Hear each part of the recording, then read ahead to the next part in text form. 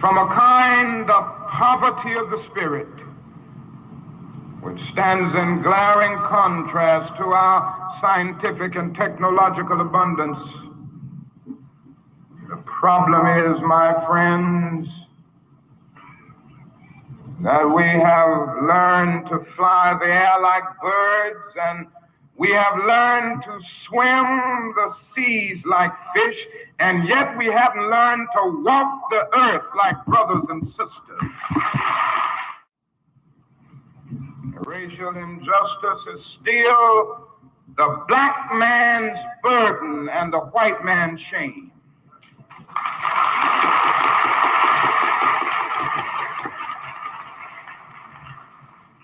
So wherever we live in America, we have to face the fact honestly that racial discrimination is present. So don't get complacent. Certainly we've made some strides. We made some progress here and there. But it hadn't been enough. It hadn't been fast enough. And although we've come a long, long way, we still have a long, long way to go. In 1863, the Negro was freed from the bondage of physical slavery through the Emancipation Proclamation signed by Abraham Lincoln. But the Negro was not given any land to make that freedom meaningful. And you know, it was something like having a man in jail for years and years, and then you suddenly discover that this man is innocent. And go to him and say, now you are free. The man's been unjustly jailed for 35 or 40 years, and you just put him out of jail saying, now you are free. You don't give him any bus fare to get to town, no money to buy any clothes, no money to get something to eat. This is what happened to the black man in this country. I can't limit my concern to the middle class. I can't limit my concern to this particular situation where a Negro comes and says, I'm the first this. I'm just tired of the first Negro. I want some seconds and some thirds and some fourths.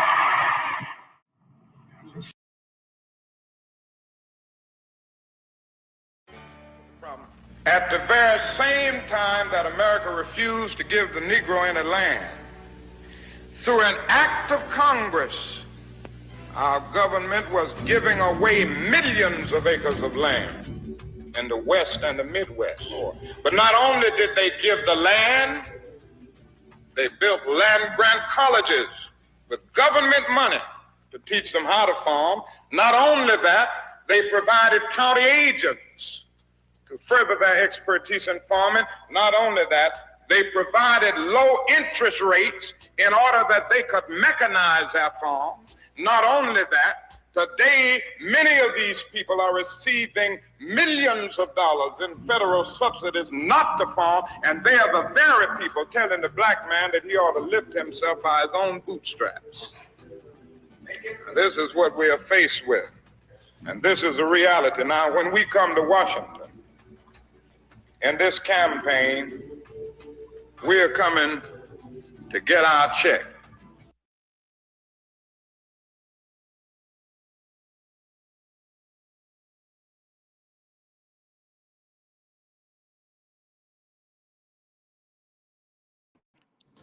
What is good, my people? We are live back again with another live broadcast on the forecast. Shouts out to Karma 804 in the building. Much love for you being here. Shouts out to my good brother Anthony. Much love, my brother. All right, that's what's up. That's what's up. Now I ain't gonna lie, y'all. Originally, and I get it, right? I might be the problem sometimes because originally I was turned up earlier, right? I pissed myself off, right? And I was gonna say some stuff, But I mean, the stuff needs to be said at the same time. Let's be real, right? Because I don't know, man. It just be annoying me sometimes.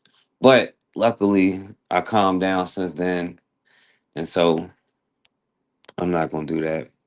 Although I still might if you come up here, right? Because I want you to come and tell me show me I'm wrong. You know, 'cause I know that y'all disagree sometimes, but you know what? I done chased off everybody already, so I ain't gonna do that.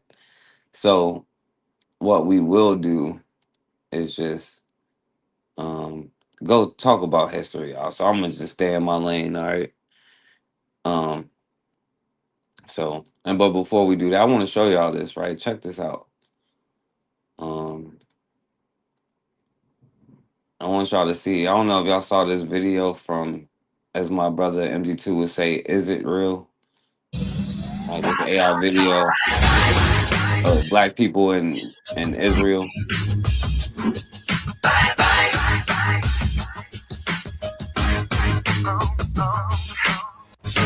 Now it's time to leave and make it burn. All right, we can mute that song, but you see this AI video of somebody from Israel and put out. I don't know if y'all see that.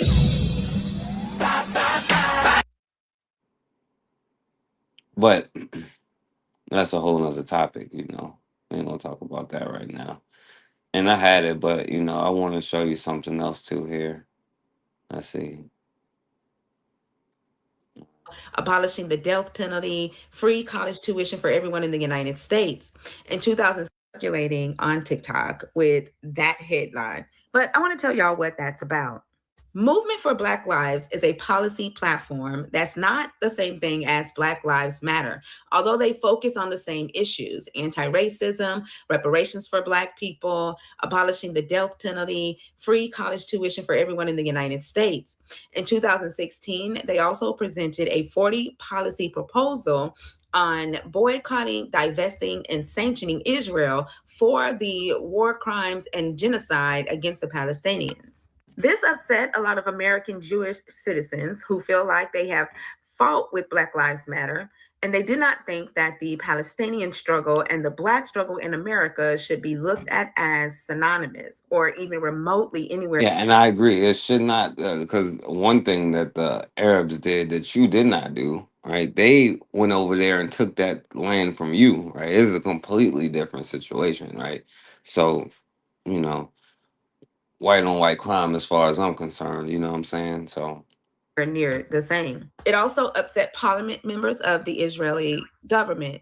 And so they started to see that a lot of young Black college students were supporting BDS after and by the Black way, let me know if y'all can hear me. also signed on to the BDS policy. So in 2020, they decided to do a convention and bring together 40 Black leaders within the United States to try and spread loyalty to Israel and to detour young Black college students from boycotting Israel. The boycotting and divesting included not spending money with businesses that are loyal to Israel, not supporting artists who are loyal to Israel. As Now, y'all, by the way, because this is a part of the problem. You know, if loving ourselves is not enough, okay, thank you, Carmelo, for I appreciate you. And I'm glad you helped calm me down. But that's the thing. If loving ourselves wasn't enough and boycotting the businesses that hurt us wasn't enough, let's do it for the Arabs, you know. But like I said, this is a whole nother thing because I wanted to come on here and talk about y'all loving everybody, and then especially, and we're gonna get into it a little bit, but not as much as I was gonna do it, you know. But because I'm not gonna disrespect nobody that's black on here.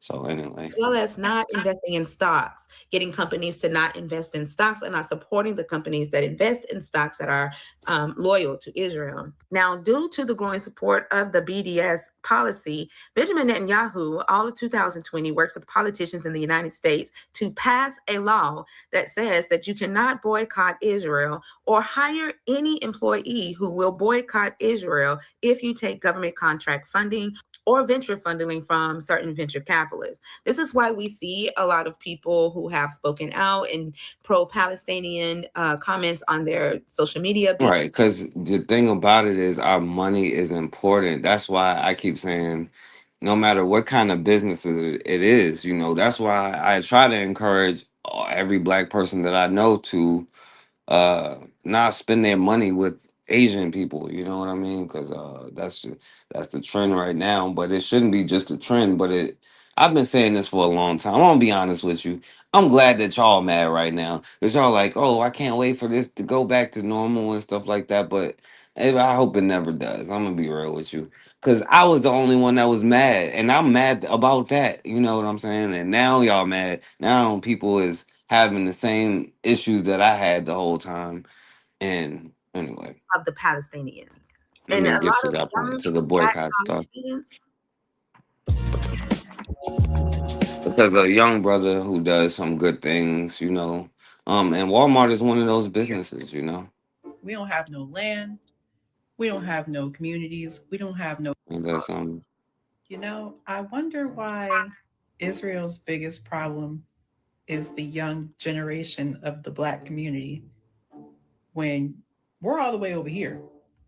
and this is what she's talking about, right? So apparently black people. Problem of Israel is with the young generation of the black community. Black Lives Matter starts there. The problem is with the young people of the black community. We don't have no land. Because they need you to be their slaves. And we are happy to be slaves. We don't have any resources. We don't have any bombs. We don't have any nuclear weapons. We don't have any missiles.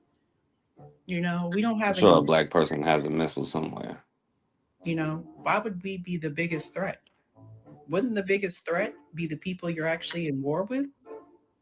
What do we have to do with anything y'all got going on? Could it be that the conspiracies about identity theft are true? Perhaps. Because I doubt that, a lie would be a big threat to an entire country. I don't think a lie would. But what I think is the biggest threat is that the truth is being revealed and the world knows that. I think another. Yeah, everybody in the world knows it but us. The thing is, black people. Hi, Sweeties, how are you doing? Welcome to my channel. I like black Great people. stuff. I like the quote unquote humanity that we have and all, but I'll take a look at. Let's see how we get rewarded for that. Look at this young brother who go help everybody. And if this is what it takes for us to not go to Walmart, I'm down with that. I won't ever go to Walmart again, if that's what we want to do. But I mean, check it out. Listen, This video and come back and talk to me. You guys are no longer allowed to go to any Walmarts, any Sam's Clubs, or any Murphy gas stations for life, okay? So it is a life ban from Walmart. Who's issuing that? What? Who's issuing that? Walmart is. For those who don't know, this is Damon Darling. Not only is he a comedian on social media, he also goes around doing great humanitarian work for other people in need, whether it is paying for their gas, paying for goods and services. And I've seen people while he's in Walmart call the police on him or get in confrontations with him because they oppose to such a good deed for other people. Now it's gotten to a point where he was pulled over with his friend just to be served a notice of being banned from the Walmart Corporation. Listen, I don't know when and where, but there's been an influx of toxicity that's been thrown out into the world, and people are thriving on it. They're feasting on it. Well, I'll tell you when, brother. Well, it started in 1400 when they started showing up kidnapping, and then the toxicity started to grow from there. But I'll skip the rest of the story for now. They are not gaining any nutritional value from it. Damon Darling, my piece of advice for you is when one door closes, another one opens. Set up a foundation where not only you control the narrative, you control the funds, you control how you want to disperse things out to other people in need. And all the naysayers who may have an issue with this and get in the comment section, you let me know what's a better thing to do. What are you doing in your community to help other people out? Or are you just being selfish? Because this should be a display to all of us that we could be still doing more on our downtime or doing doing more with the little that we have. And I know times are hard, but I promise you, the Right, universe absolute will facts. I always could be find doing ways to better. I'd be reward like what we do for falling us. off, Let y'all. me know in the comment section. Help me make sense of this whole I situation. need to be focused more, you know, to do the things that I want to accomplish, you know. And shouts out to the people that's actually out there doing these kind of things, you know. Do you think this is right or wrong? What you still looking at me for? But Mr. Beast can do it. Because the comments will tell you that the reason why Mr. Beast can do it is because he doesn't come across as threatening or harassing in the way that Damon does, according to them. Why would Damon come across as threatening and harassing, but not Mr. Beast? Is it because Damon is A brother. You know, I'm not even going to try to explain it, because when I try to explain it, or somebody who looks like me or darker tries to explain it, y'all are going to say we're pulling the race card. So I'll let one of y'all's own explain it. So who cares what they say? And I've seen your work, so I think you'll take this in the way it's intended. I think the fact that your look, No Walmart, no more Walmart, Karma 804. what most, let's say, white Americans would consider to be, You said it. a philanthropist, somebody who does this kind of thing. Right. Not that there's a lot of white people doing this. Yeah, but you would expect But them to look a certain way. I think that what you do does a lot of positive things for race relations. Yeah. You get it. So his crime was trying to help out. No, I'm not going. Cause matter of fact, I am. His prime, yeah, try to help everybody. You know what I'm saying? And they looking at you as a damn threat, because you know why? You are to them. Your existence is a damn threat to them. They are no good ones, yo.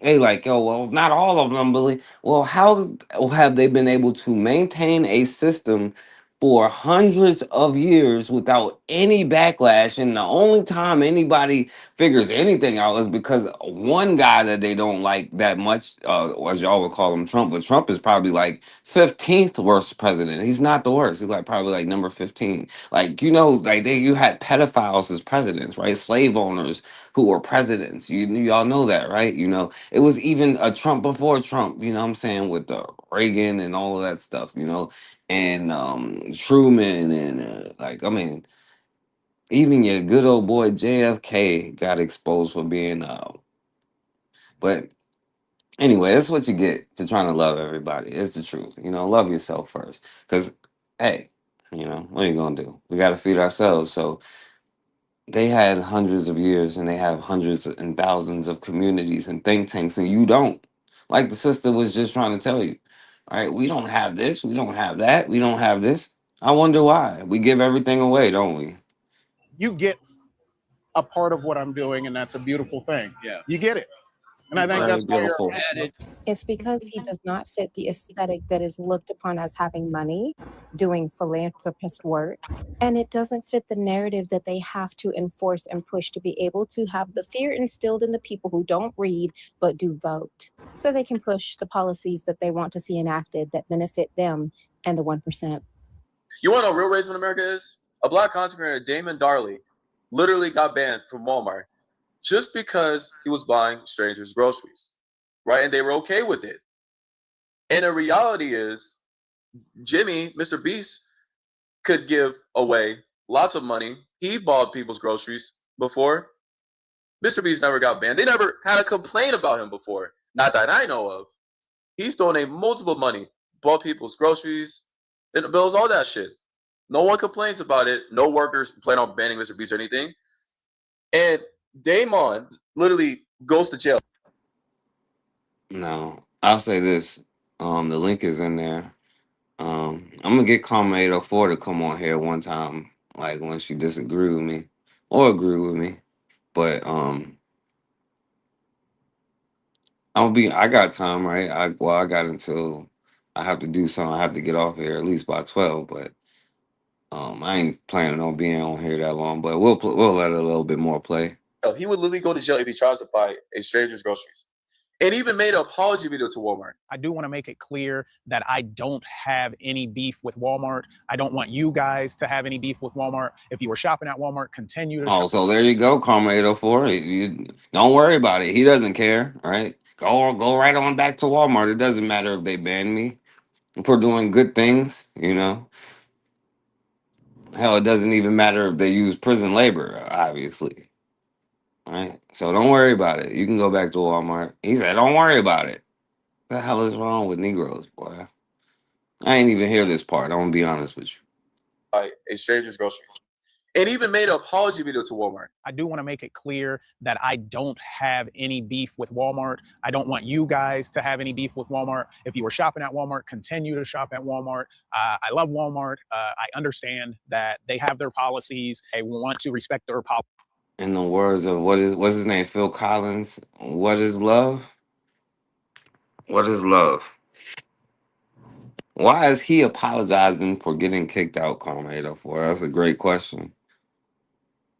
He said, "I forgive." Well, he said, "I love you. I love Walmart. I respect their policy. Yeah, their policy is don't be a Negro while shopping." I don't know. Want you guys to have any beef with Walmart. This is why I be getting mad. Continue to shop at Walmart. I love Walmart. I understand that they have their policies. I want to respect their policies. It's okay. It's fine. Bro came out here and made a video in the rain. I want to reconcile. I would love to work Please, with Walmart. Forget Walmart. You can have your own stuff, right? Or don't forget that they destroyed the Black Panthers for having, well, for many reasons, and a part of them welcoming everybody into the White Panthers, the Pink Panthers, the Green and Panthers, and the Shyster Panthers. And one of those other groups of Panthers, which would be the Asian Panthers, set his ass up, and now he's in jail. And then they took their school programs and all that stuff that they were trying to do for Black communities, right? And now this brother out here in the rain talking about, I want to reconcile, when he can make his own organization and has his own following. More people will probably follow him or will have more respect on his name than they would for Walmart necessarily. And people might even get down if he was like, hey, look, this is what Walmart did, and this is who Walmart is. Let me see if they have it on here. Walmart prison labor. All right, well, I'll play this first so we don't have to go back though. Wants to have my coffee in Walmart, my products in Walmart one day, but it's okay. And I get it. He's trying to be positive. Like my guy, bro. They literally banned you from Literally, Walmart for buying people's groceries, bro. And man, bro out here making it in the rain. That's how racist. That's how crazy this shit is, bro. But hey, this is a bad look for Walmart overall. Let me know what y'all think in the comments. And I feel like Damon Darling is a classic example of if you don't stand for something, you're gonna fall for anything. Because, bro, you hear that? If you don't, because I tell y'all all the time, if we don't start standing for something, we're gonna keep falling for anything because we've already fell for something. And I'm a little bit worried about what we think we want to stand for. one, I feel like his content, he panders to the other community and opposite of me, and he is trying to validate himself like to them, like I'm the good one, I'm one of the good ones, and then also like there's so Doesn't work, Carmelo. There is no good one. To him, There is, you know what the good ones is for them, the submissive ones who kiss their ass and they treat them like worse than a dog though, so I can't say like a pet, because they kiss their pets in the mouth and all that stuff and treat them way better than they would Black people. But you're like one of the good ones. If I had to pick one to have as a slave in my house, it would be you, right? That's their idea of good. When I say this stuff, y'all like, no, it's white saviors everywhere. It's gonna take a white savior to save us. That's what y'all be trying to tell me. What's going on, Matron? Shouts out to Matron in the building. Matron, I was turned up earlier. Shouts out to Karma 804. Shouts out to Anthony for calming me down. But and until he pulls out, I would have chased all y'all away, probably. That's not going to reverse any racism. Now you're banned from Walmart and all of their sister companies, and I don't know if you saw this, Matron, but this brother here, apparently his name is Damon Darling. I didn't know who he was, but he does good deeds, well, help people, give people money and stuff like that, or help them with stuff. And Walmart banned him for doing that, Now, apparently this sister is saying he is a bit of a clone, which I probably believe her. Still not standing for nothing. These people are mad rude sponsor you and you're still pulling out your money. I'm not for racism of any sort, but like, I'm not about to keep pandering to a community that clearly isn't going to appreciate me to the fullest extent. Well, That's all I'm saying. You can't be out here calling it for like. I don't want you guys to. So we can go back to Walmart. It's cool. It's cool. Comment 804. We can go back. I was down with you, but now I just heard this, so never mind. Even made an apology video to Walmart. I do want to make it clear that I don't have any beef with Walmart. I don't want you guys to have any beef with Walmart. If you were shopping at Walmart, continue to shop at Walmart. I love Walmart. I understand that they have their policies. I want to respect their policies. It's okay. I love Walmart. And dude ain't even using all of his octaves in his throat. You know, I know you have more melanin in your throat than you be like, I love Walmart. Like, bro, come on, man. Oh yeah, let me see. Why we should Walmart prison labor? Do they do that? Damn, Target too. Who would have thought? Tyson's Food. He's trying to get Tyson Food. What DEI, y'all? So you know, A hidden, intricate web links hundreds of popular food brands to work done by U.S. prisoners. A 2-year Associated Press investigation found that everything from grains, what meat, is love? eggs, and milk had been grown, harvested, or produced by incarcerated people. And their labor finds its way into the supply. Now, y'all said, oh, 13th, 14th, 15th Amendment. I told y'all come prove me wrong about that you a citizen. I said, show me. Nobody came on here and did that yet, you know. But there is there you go. There is the chattel slavery that you spoke of. So no, it wasn't outlawed apparently, huh? chains of some of the most recognized brands and largest food companies in the world. We followed as cattle raised at the Louisiana State Penitentiary were transported to a meat processor in Texas. From there, the beef ended up in the supply chains of McDonald's, Burger King, and major grocery stores.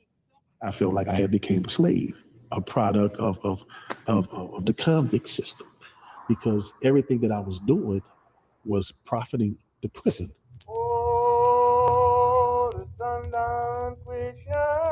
The 13th Amendment of the U.S. Constitution abolished slavery and involuntary servitude, except did it? punishment for a crime. We spoke to prisoners. And also, involuntary servitude means you can volunteer to be a servant. Why would you do that? Because you got to pay a damn water bill. As Martin Luther King said, the earth is all this water got put on earth, and you still paying a damn water bill for it. So that's why you would volunteer.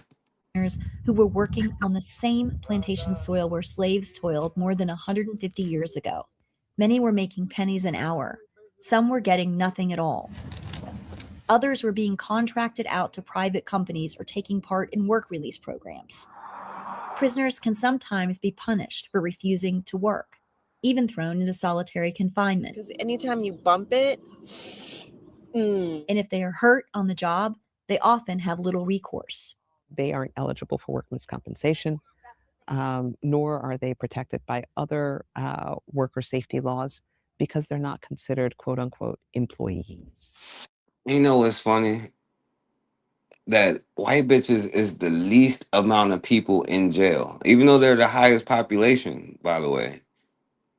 And they're showing a damn white bitch as this kind of thing, right? But we know who the highest incarcerated people is, mostly for nonviolent drug offenses, for something that, you know, pharmaceutical companies, that's a whole nother conversation too. But Figure out different ways to make our system a better system instead of just exploiting labor and then calling it crime prevention. our system.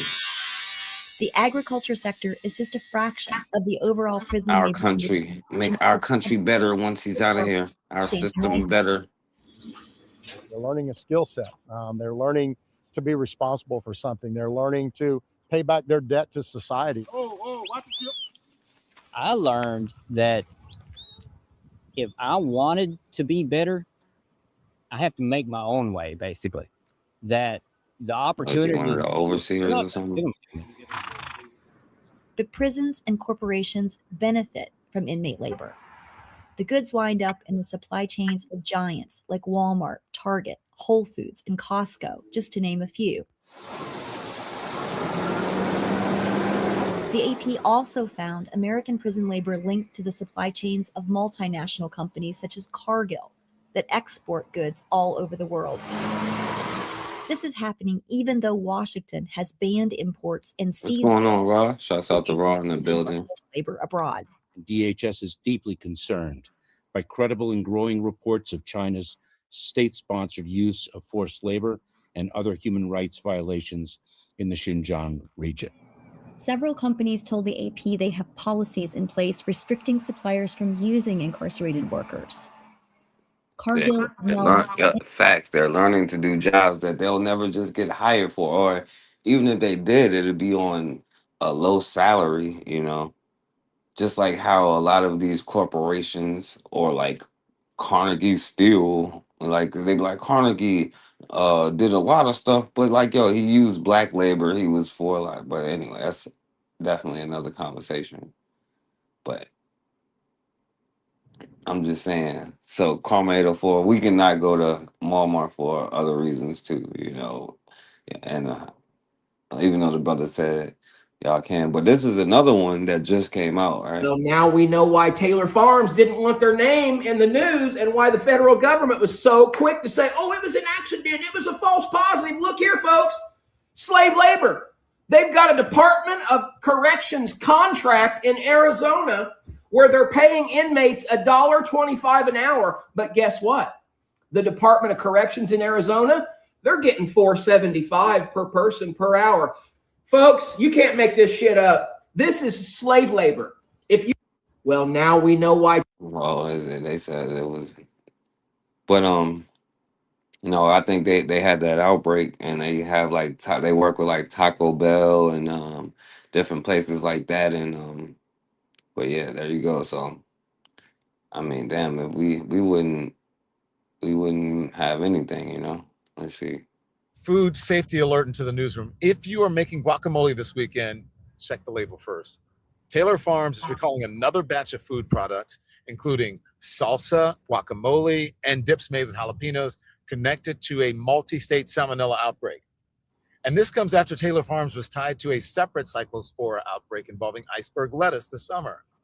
That is a lot of food safety trouble involving one major supplier in a pretty short period of time. And at the same time, RFK Jr.'s CDC has made reporting of cyclospora cases optional. So what exactly is happening with food safety in this country?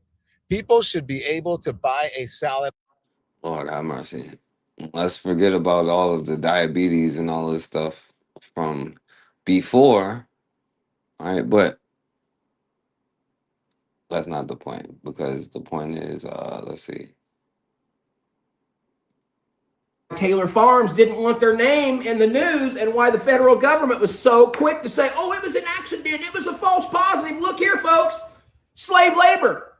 They've got a Department of Corrections contract in Arizona where they're paying inmates $1.25 an hour. But guess what?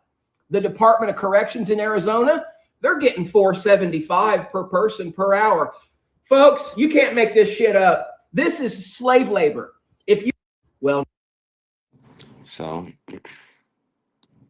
let's go to history, yo. And this is the thing, right? Because I'm like, even in our, like, when we have black economists, black historians, are they really black, these things, or are they everybody love everybody?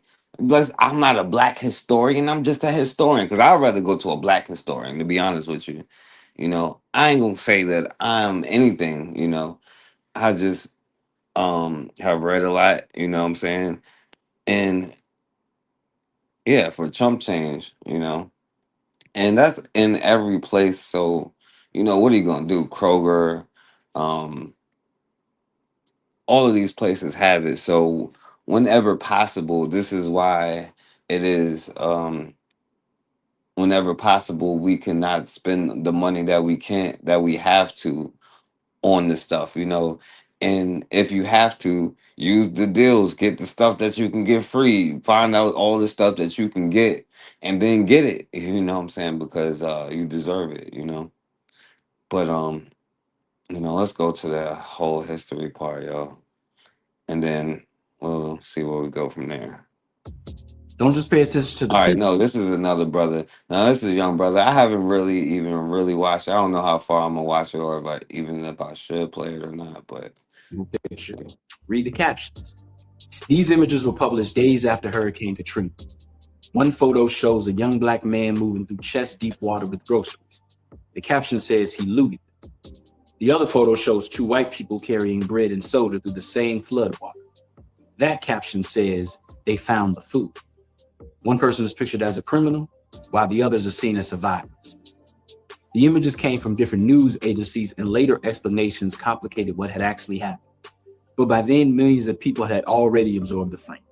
That's because history doesn't begin as history, it begins as a story.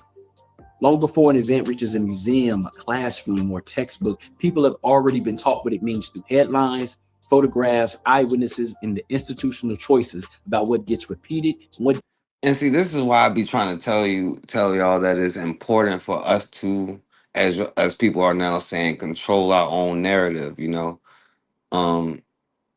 What we say is what we say. What we do. Who cares what other people think and feel about how we talk, how we feel, what we think? Who cares? It's up to us to start writing our own stories and looking at history and a mindset of blackness and where we want to go in the future with it.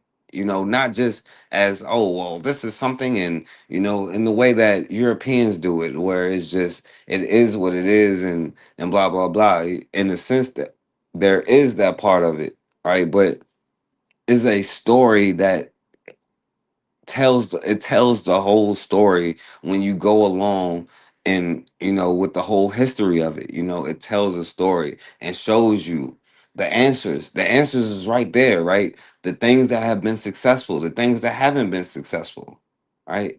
Being that friend, haven't been that successful, standing up for yourself and defending each other, that's seemed to be the thing that worked the most. But it's important for the young people to have black teachers, right? Not just teachers who are black, right? Who try to include black stuff, right? Because there's a difference between knowing who you are and trying to fit in with somebody else's society and creating your own society, because you can do it. It will probably be better. It gets forgotten. That's how history gets made. As America approaches its 250th anniversary, the country is deciding what story it wants to tell about itself. You'll see that story in Yeah, documentaries. they having the first Hunger Games. They having The out most there dangerous right now. lie underneath it all is that American history is a complete objective record of what actually happened.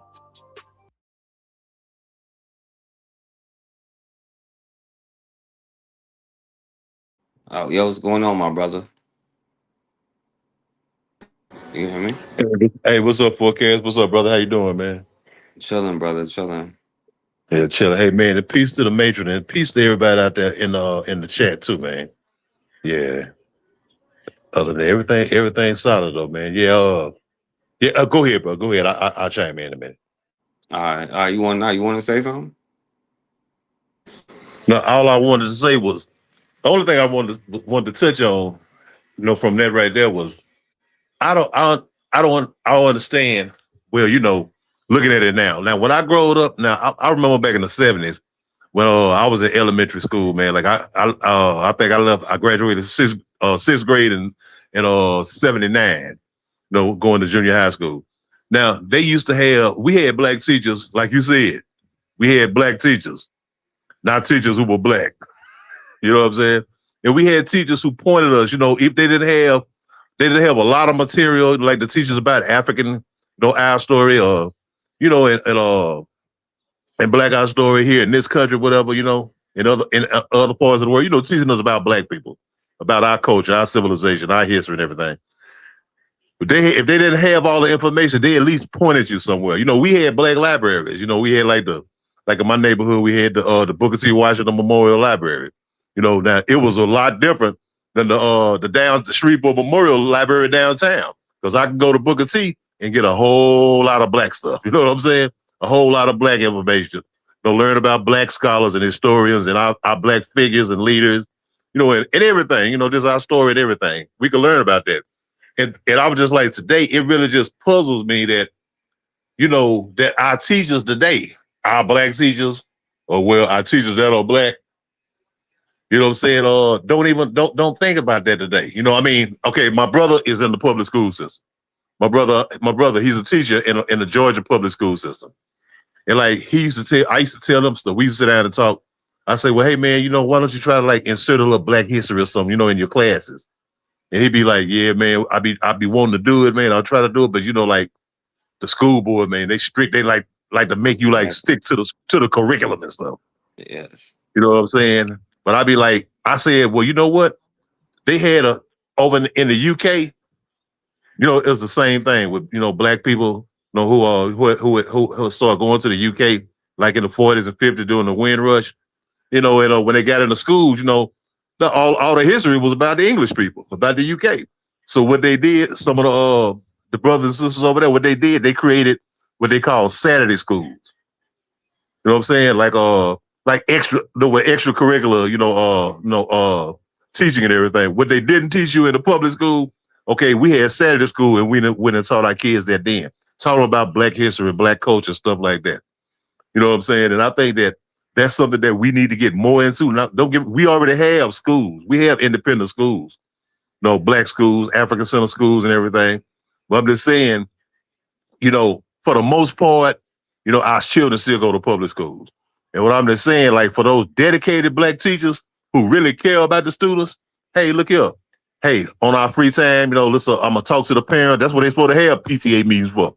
I'm going to talk to these black parents and say, look here, man, we need to try to do a little something for a few hours, 4 hours a day, like on a weekend. You know what I'm saying? So we can teach our children about themselves and everything, give them black pride and, dignity and everything. And, as far as education wise in themselves. And things. That's what I would always say, man, we should, if we could get with our teachers, like I try to do with my brother. Hey man, do something like that. And I even drawn up a little curriculum for him at one time, to tell him about different, so he could introduce the students to different black historical figures and characters and stuff, you know what I'm saying? But I think we should do something like, we should try to do something like that. I think, and what you think about that? Well, yeah, I agree. I would say this, my brother, yeah, well, of course I tried to do that, even on here, like I ain't finished it, but I need to do it because we have the person who created the Africana studies in black universities, has a lot of knowledge, but is it from the right perspective? You know what I'm saying? Or is it trying to, with the right goal in mind, And this is the purpose though. Like you have Matron with her readings, you know what I'm saying? But you, brother, like now you could like even more than me. I do this all the time. I know I be annoying people, but like you know it better than so like even with other people, right? So the way that you would explain a story about what happened, because you could throw in extra stuff, like you'd be like, yeah, because the New North Carolina rebellion of 1620 happened before that, because most people can't do that, and so it's important for more black people like yourself to even make courses like we do on here, or that's why I think you should like have if nothing else, like even if you don't do a live joint, make a course on black history or African history or whatever you feel your strongest subject is, and just upload it as a course, you know what I'm saying? Because I would definitely take it and listen to it, and so I think that's important because what you said about the teachers thing is not a coincidence, right? They'd be like, "Wow, I would like to do that," but it's the curriculum, and a lot of black people will go back to the slavery thing, is afraid to lose their job. There's a reason why you lost a lot of teachers from 1960 and the early 70s. Virginia did not become desegregated for real until 1970. That's when my mom went through it as a like 8-year-old. She actually was in integration of black schools, and the difference now is that most of the schools are white. They control the curriculums because one thing that was being created was and like black teachers, like hell, instilling black pride into, especially during the 60s and the rebellions, and people was tired of that. Nah, I ain't trying to turn the other cheek stuff, and they was like, all right, we got, like, that's why I always be like, integration was a move by them and whatever. But I'm rambling, so I don't know if that answered your question. Yeah, man. I mean, no, we know it is what it is. But I'm saying, I'm working with a brother. He based out of Georgia, man. Is his name is his brother Zahir Touré, and like he has a channel. He have a channel called the Maguzi channel, and like me and him, we did several had several of shows, man. You know, it's like 45 minutes an hour. So where we discuss like different things. You know, sometimes hip hop and its effect on the black community, and that's one that we did.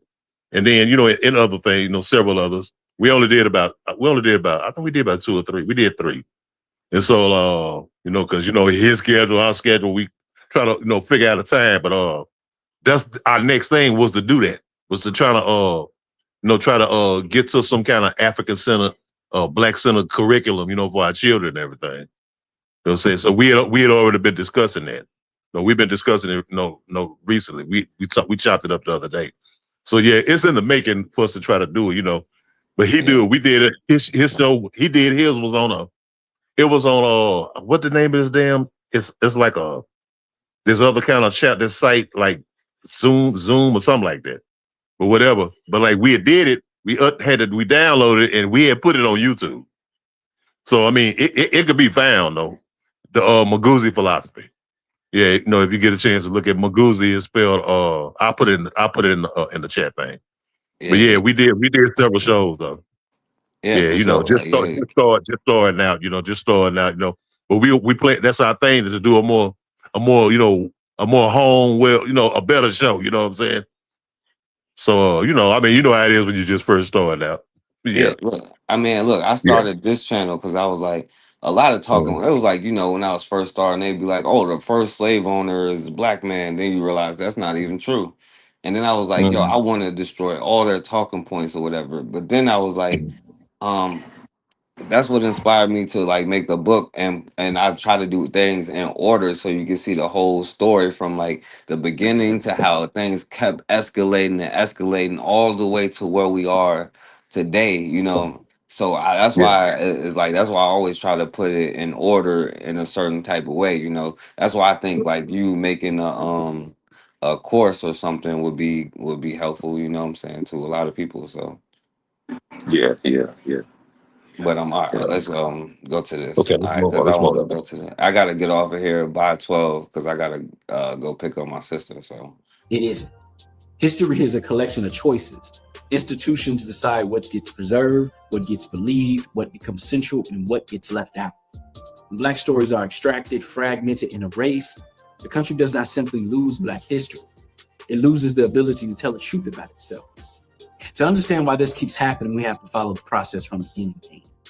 First, we'll unpack how the lie gets made, then how Black people challenged it, and finally, so do the people and institutions responsible for it. Dean Barron posted the page online. Public pressure pushed the publisher, McGraw-Hill, to apologize and revise the language. But the correction isn't the most revealing part of the story. Consider everything that happened before it. A writer What if you could make a song using only your voice? Let's start with the drums. chose the words, an editor approved them, a state adopted the textbook, schools purchased it, teachers received it, students were expected to learn from it. By the time one parent challenged the sentence, an entire chain of institutions had already stamped it with authority. Publishers, school boards, museums, and lawmakers rarely say, "We are about to distort history." They use covert language like balance, neutrality, patriotism, and age-appropriate education. Sometimes those words are honest. Other times they are used to remove what only needs to crop the picture. If history is shaped by the people who preserve it, then preserving the truth becomes an act of resistance. Black communities have understood that for generations. In 1892, 3 Black businessmen in Memphis were lynched. Their names were Thomas Moss, Calvin McDowell, and Will Stewart. They helped run the People's Grocery, a successful Black-owned business that competed with the nearby white store. Their success made them targets. One of Thomas Moss's close friends was a young journalist named Ida B. Wells. At the time, white newspapers often defended lynching by portraying Black men as criminals, threats, and dangers to white women. Those claims appeared in print, and because they appeared in print, many readers treated them as proof. Wells did something simple and dangerous. She investigated. She gathered names, dates, accusations, newspaper reports, and court records. Then she compared what the public had been told with what the evidence had actually existed. The story fell apart. Lynching was not spontaneous justice. It was racial terror used to enforce economic, political, and social control. It punished Black independents and warned other Black people not to challenge the order around them. All right. So I guess I was being biased right there, right? I showed the Ida B. Wells part. I did see that part, right? But see, that could be the influence of Black teachers, because I'm gonna be honest, I didn't hear much about Ida B. Wells before. I started talking about her a lot, But anyway, I want to go to the history part. Let's just do that. All right, so let's go. Their plantation and their slaves back.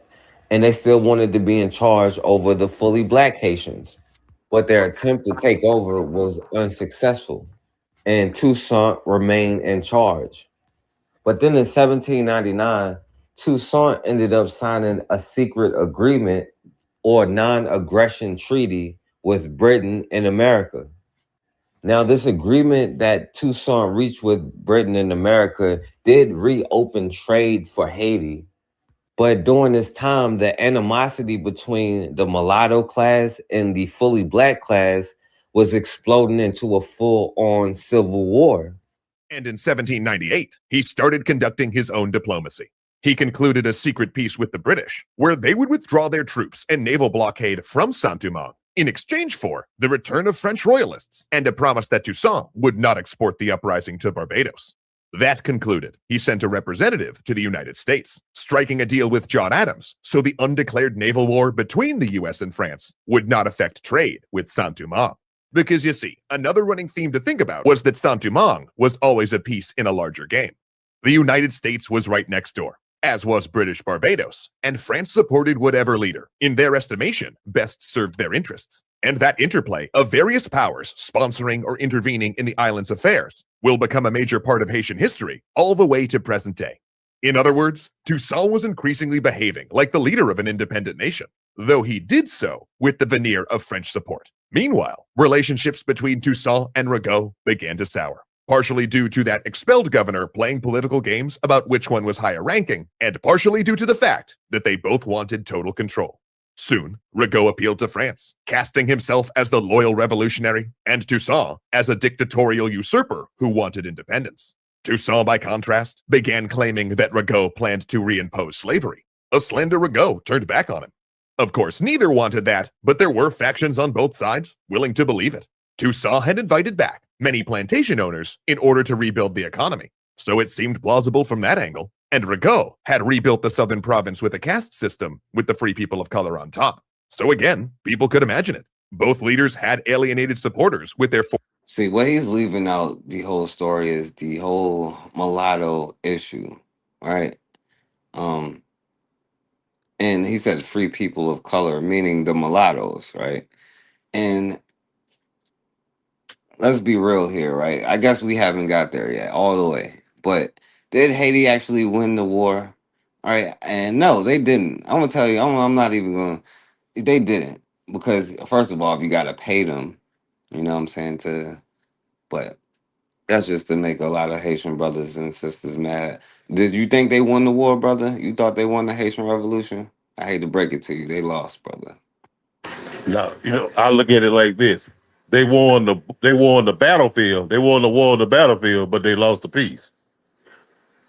You know what I'm saying? They lost the peace. That's what they lost. They lost the peace. But we also had to put it, like I said, like what you alluded to, we have to also put it more in context. Now, okay, let's start with Dessalines.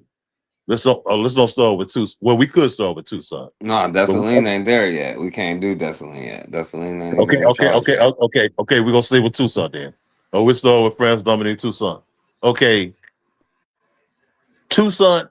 Okay, remember, Tucson still, okay, he basically was the independent ruler. Was the independent ruler, you know, of the of Haiti.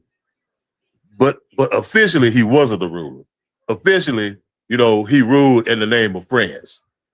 You know what I'm saying? Because like when he took over, when he defeated the local colonial government and the colonial forces, and then you know, and established his regime, you know, he didn't like say we declaring our freedom from France. They were still part of the French Empire, the colonial empire, colonial structure thing. You know, he still recognized the emperor and Napoleon as the emperor and the leader. You know what I'm saying? That's what we got to get clear. So he basically he ruled himself. He was the ruler, the man with all the power on the island in Haiti. But like officially, no, Haiti was not independent. It was not independent then. The independence came with Dessalines. Okay. And then the stealing of the independence came with the ones who came after Dessalines. Jean-Pierre Boyer. No, another one of the people of color, the mulattoes. You know, he was the one who put all the money, you know, who was trying to get all the money together to buy recognition from the French. So, you know, I didn't want to get too far ahead of it, you know. Well, yeah, but it was a mulatto who did it. It was a mulatto guy who did that with the buying, you know, who agreed with that paying France all that money. It wasn't Dessalines, you know, it wasn't even Tucson. It was him. It was the mulatto. All right. Yeah, exactly. exactly. This is the thing, right? We leave out the conversation all the time because, right? And I get it, right? Because one thing that's different, right? When you have different countries of Europeans, right? With the tribal thing, because that's another thing we might get to later. But they had different things. The French used it different, especially in Haiti, because there wasn't many of the whites over there, so they used the mulattoes to be, and they counted it different, and as they would here in America when they would say, you know, if you have a drop of black blood, then you're whatever. Now they could never be white, but what they did was try to be like, well, you're above another class, you were different, you know. As in other words, as Raw would say, two spirits and one body, you know. Forced work policies. And those alienated groups started believing that the other leader would never treat them like that. And both accused the other of perpetrating a race war, even though there were representatives of all of the island's groups on both sides. On June 6th, 1799, Rigaud sent 4,000 troops to seize several border towns and negotiate the defection of one of Toussaint's veteran regiments. The act triggered a small uprising in Toussaint's northern territory, and he dodged 2 assassination attempts. Thus began a civil war that would come to be known as the War of Knives. And it earned that title through blood. Both sides offered no quarter, and prisoners, when taken at all, rarely lasted long. At the outset of the conflict, Rigaud's forces, better trained and equipped, made quick gains against Toussaint. But the northern general had an enormous numerical advantage and the increasingly open support of the United States. Not only were the Americans shipping Toussaint arms, at times, the United States Navy intervened directly, providing fire support during sieges and blockading ports. The American consul even issued passports to Toussaint's ships, allowing them to pass the blockade when Rigaud's ships could not. And during this vicious fighting, what's up, Jermaine Thompson? Are you saying is that why it's like the Dominican Republic and Haiti now, or are you asking? I don't know. Of Toussaint's commanders rose to prominence. Brigadier General Jacques Dessalines. The war ground to a stalemate. Rigaud besieged and pinned, but Toussaint, unwilling to expend the casualties necessary to dislodge him. And then another commission arrived from France. Yeah. Now, all right, I'll stop that part right there. But as John Henry Clark was like, he was telling the story. He was like, one of the mulattoes came to him and be like, "Well, if your mother had the decency to keep Frenchman out of your bed, I wouldn't have you to contend with, you know? And see, some of the things I want you to hear this. Check this out, my brother. Because we gotta have this mulatto What if conversation. I Because told you that the moment your book is see, some brothers like this brother who is showing believe in this good white folk, and what about the ones that sleep with you? Because obviously, if they have sex with you, they can't be racist, right? You know, and obviously, if they have your kids, I asked my brother Pelez, you know, but some pizza. Do you sometimes agree with his view? I love black people. I just favor them. I like them. I have my whole life. When I was a young white boy, I used to wish that I was a black person. I used to wish that I would wake up a black person. My girlfriend is black. She will be my wife. So my wife will be black and my children will be black. And I like that. well, they're Haiti and Dominican Republic because the island got split up by Europeans. And of course, Haiti with the French and Dominican Republic. I forgot right now. What was that? What country is that? Spain. Yeah, Spain. And they split it up, you know, after they reached a treaty. But what I will say is this, though: they would have never lost the island if the mulattoes didn't want to go back and re-enslave the black people, thinking that they were better than black people because they had white blood or Spanish blood or French blood, thinking they were better, and they were unable to protect themselves because they kept fighting. And the mulattoes was like, ain't no way a dark skinned Negro is supposed to be in charge, and they wanted to continue to be slaves, but also like Toussaint was, Toussaint was kind of cool with like the system of slavery or whatever, but he just wanted more equality, I guess, you know, in my opinion. Am I wrong? Well, see, one thing, the thing about Toussaint, yeah, see, like Toussaint is he's one of those complex figures. You know what I'm saying? Like Toussaint was an African man who had been shown favor by his slave master. See, Toussaint was an overseer. You know what I'm saying? He was an overseer. You know, I mean, he originally he was like his master's his driver. You know, he used to drive the buggy for him, take his master around places. His master found favor in Toussaint. And eventually Toussaint became like not driving the buggy, but becoming a slave driver. One of the slave drivers with this position like kind of a little bit under the overseer. But then and the next step was being an overseer, what they sometimes write as a superintendent of Negroes.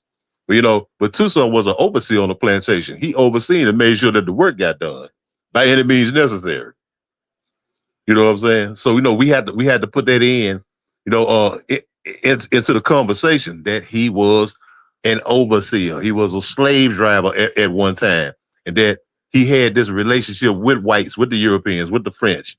You know what I'm saying? His master favored him. You know, he loved his master, for lack of a better word. You know what I'm saying? Like when the revolution kicked off, he made sure to get his master family away from them. You know what I'm saying? His former slave brother got them away from them, made sure they didn't get hurt. And even tried to, I think I read some sorts of way, even tried to like stumble or something to help them out wherever they went. You know, so you have to look at it.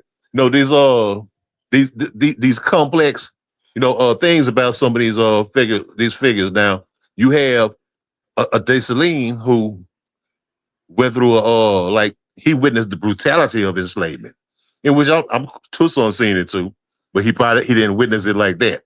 He didn't, like I said, he was a favorite Negro. But see, Dessalines had the whip marks on his back.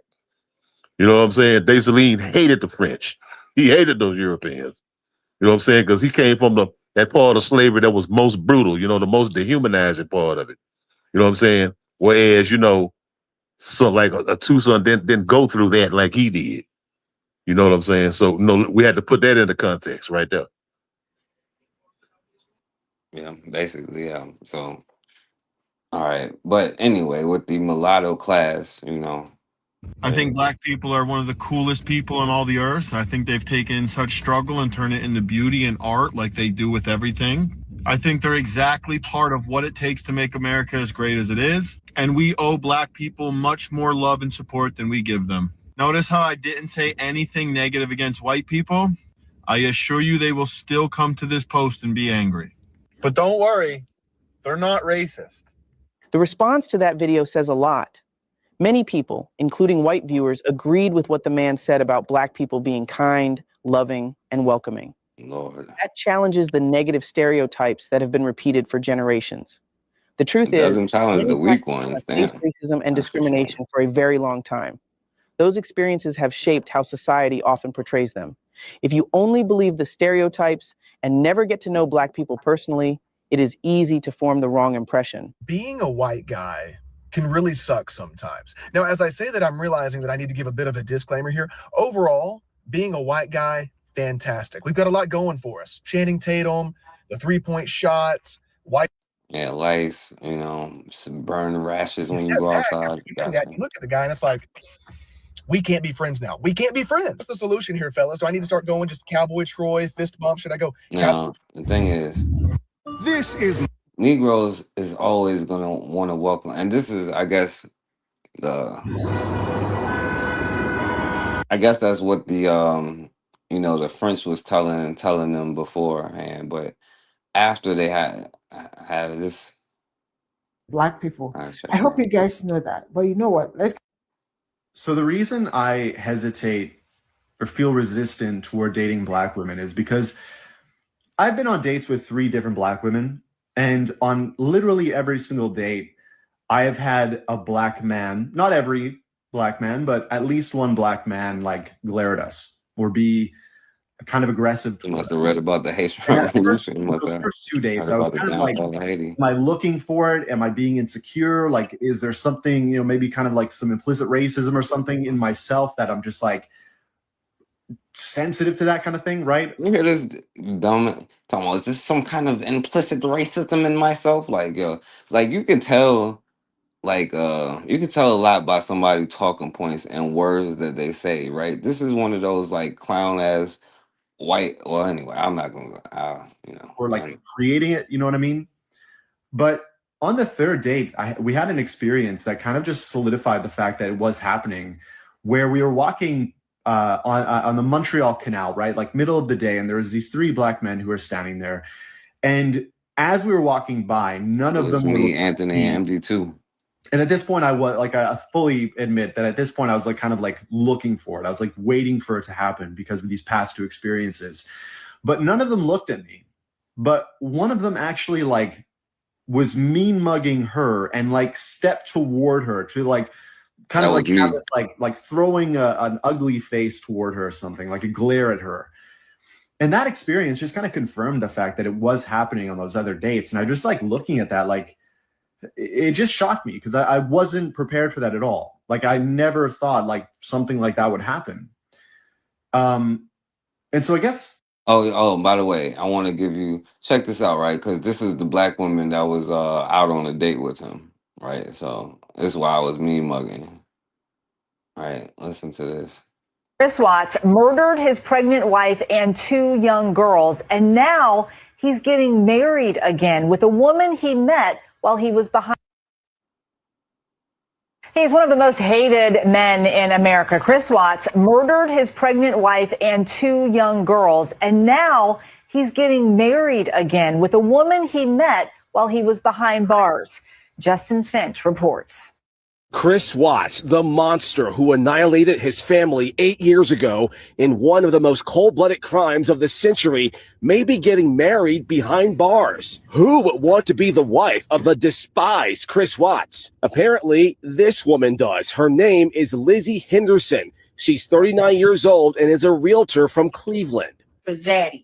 They got standards for Black men, but they don't have none. None of that astronomical, super duper expectations, crazy stuff. They don't have that for Zaddy. They have it for you.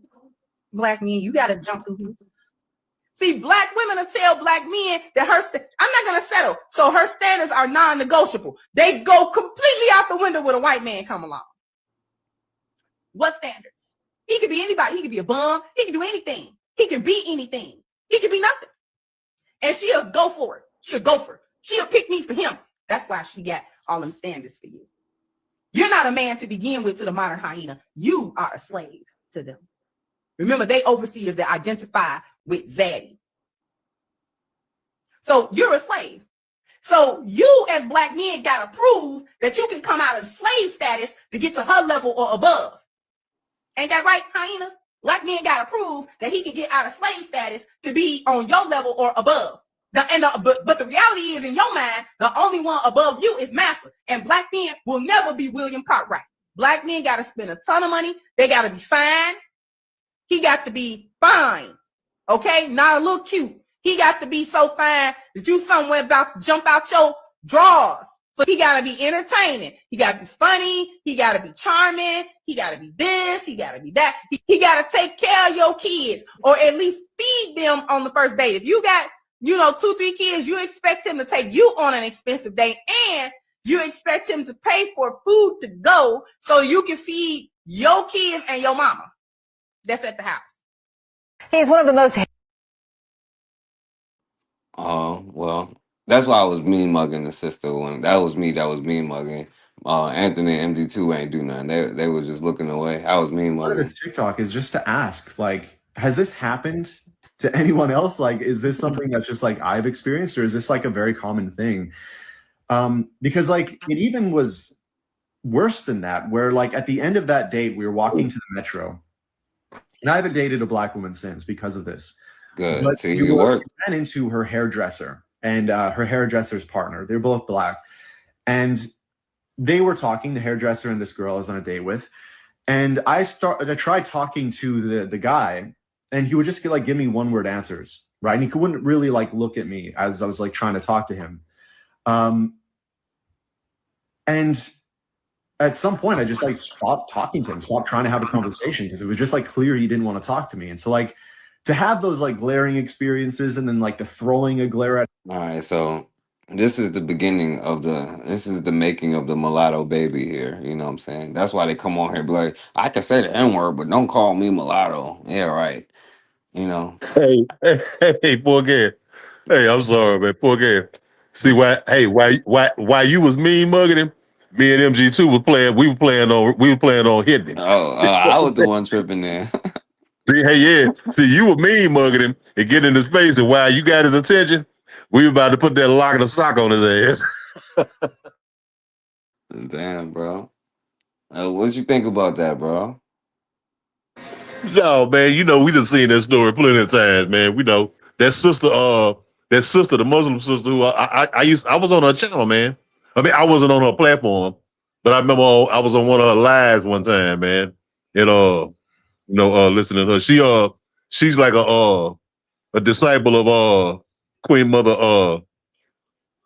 Shahrazad Ali. Yeah, Okay. I mean, I used to check her platform out. She's a real strong sister, man. But man, it's just like, the funny thing is this. Now, on up and throughout the history of black people in this country, on up until, let's just say 1970. We just gonna pick 70. Okay. All that time before 1970, your black ass, it can still happen now, but I'm just saying, your black ass can get lynched. You know what I'm saying? For messing with white women. Okay, so for all of that time, well, what white men, was like, if y'all come over here on this side over here messing with our women, we'll lynch your ass, We'll hang your ass up in a tree and castrate you and torture you and burn your lights on fire and drag you behind cars and all kind of shit. We'll do all that shit. Now, all of a sudden, now, they done flip the script. You know what I'm saying? Well, it's different now. And, and now they try to put the shit back on black people. You know what I'm saying? Oh, well, how black men look at us, look at me because they see me with with a black girl, with a black woman, a black female, and everything. Like they try to make it like, how they move the goalposts a lot. You know what I'm saying? How it's just like how they done had they had 250 years of affirmative action. You know what I'm saying? And then if they have any kind of affirmative action that give any smaller bit of something to black folks, they call it what? Reverse discrimination. You know what I'm saying? They call it reverse discrimination. Well, you can't discriminate on that shit. Then when you had 250 years of this shit. Okay, well, we done had 100 years, 200 years, 300 years, however many years of this shit against black people, black men in this country getting lynched from fucking with some old stanky ass white dog, female dog, of theirs. You know what I'm saying? And now y'all want to move the goalposts and try to make black men out of the bad guy now, because they was looking at me crazy. Well, hell, what the hell y'all did for all them 200 some years? No, looking at a brother, any new brother, forecast walking to town in the Richmond, Virginia, from out the country, looking for a job or work or whatever, and and everybody come out their house or out their door and looking up there, hey nigga, what you doing there? You know what I'm saying? Hey, look here. Hey, you stay away from my women. You know what I'm saying? After hundreds of years of that bullshit, now they want to lay their boot or goalposts and try to flip the script and make it like, well, the black men are the racists now. The black men are the racists behind, or don't mess with our women. That whole script, because of the whole Ku Klux Klan thing. I wish that was true. What's the protection? What I'm saying was the protection of white womanhood. That's the whole Klan thing. You know what I'm saying? The protection of white womanhood. And now, but I'm saying now, we know how me and you think, but I'm saying now they trying to flip the shit around and make it, and demonize us for that shit. So now what you could do, you will see if a brother off one of them hunkies, guess what? They're gonna call it a hate crime. You know what I'm saying? They're gonna call it a hate crime. Wow. You got to see the politics of what they're trying to do. Everything is political, man, and they know what they be doing. You know what I'm saying? We don't be knowing what we be doing all the time.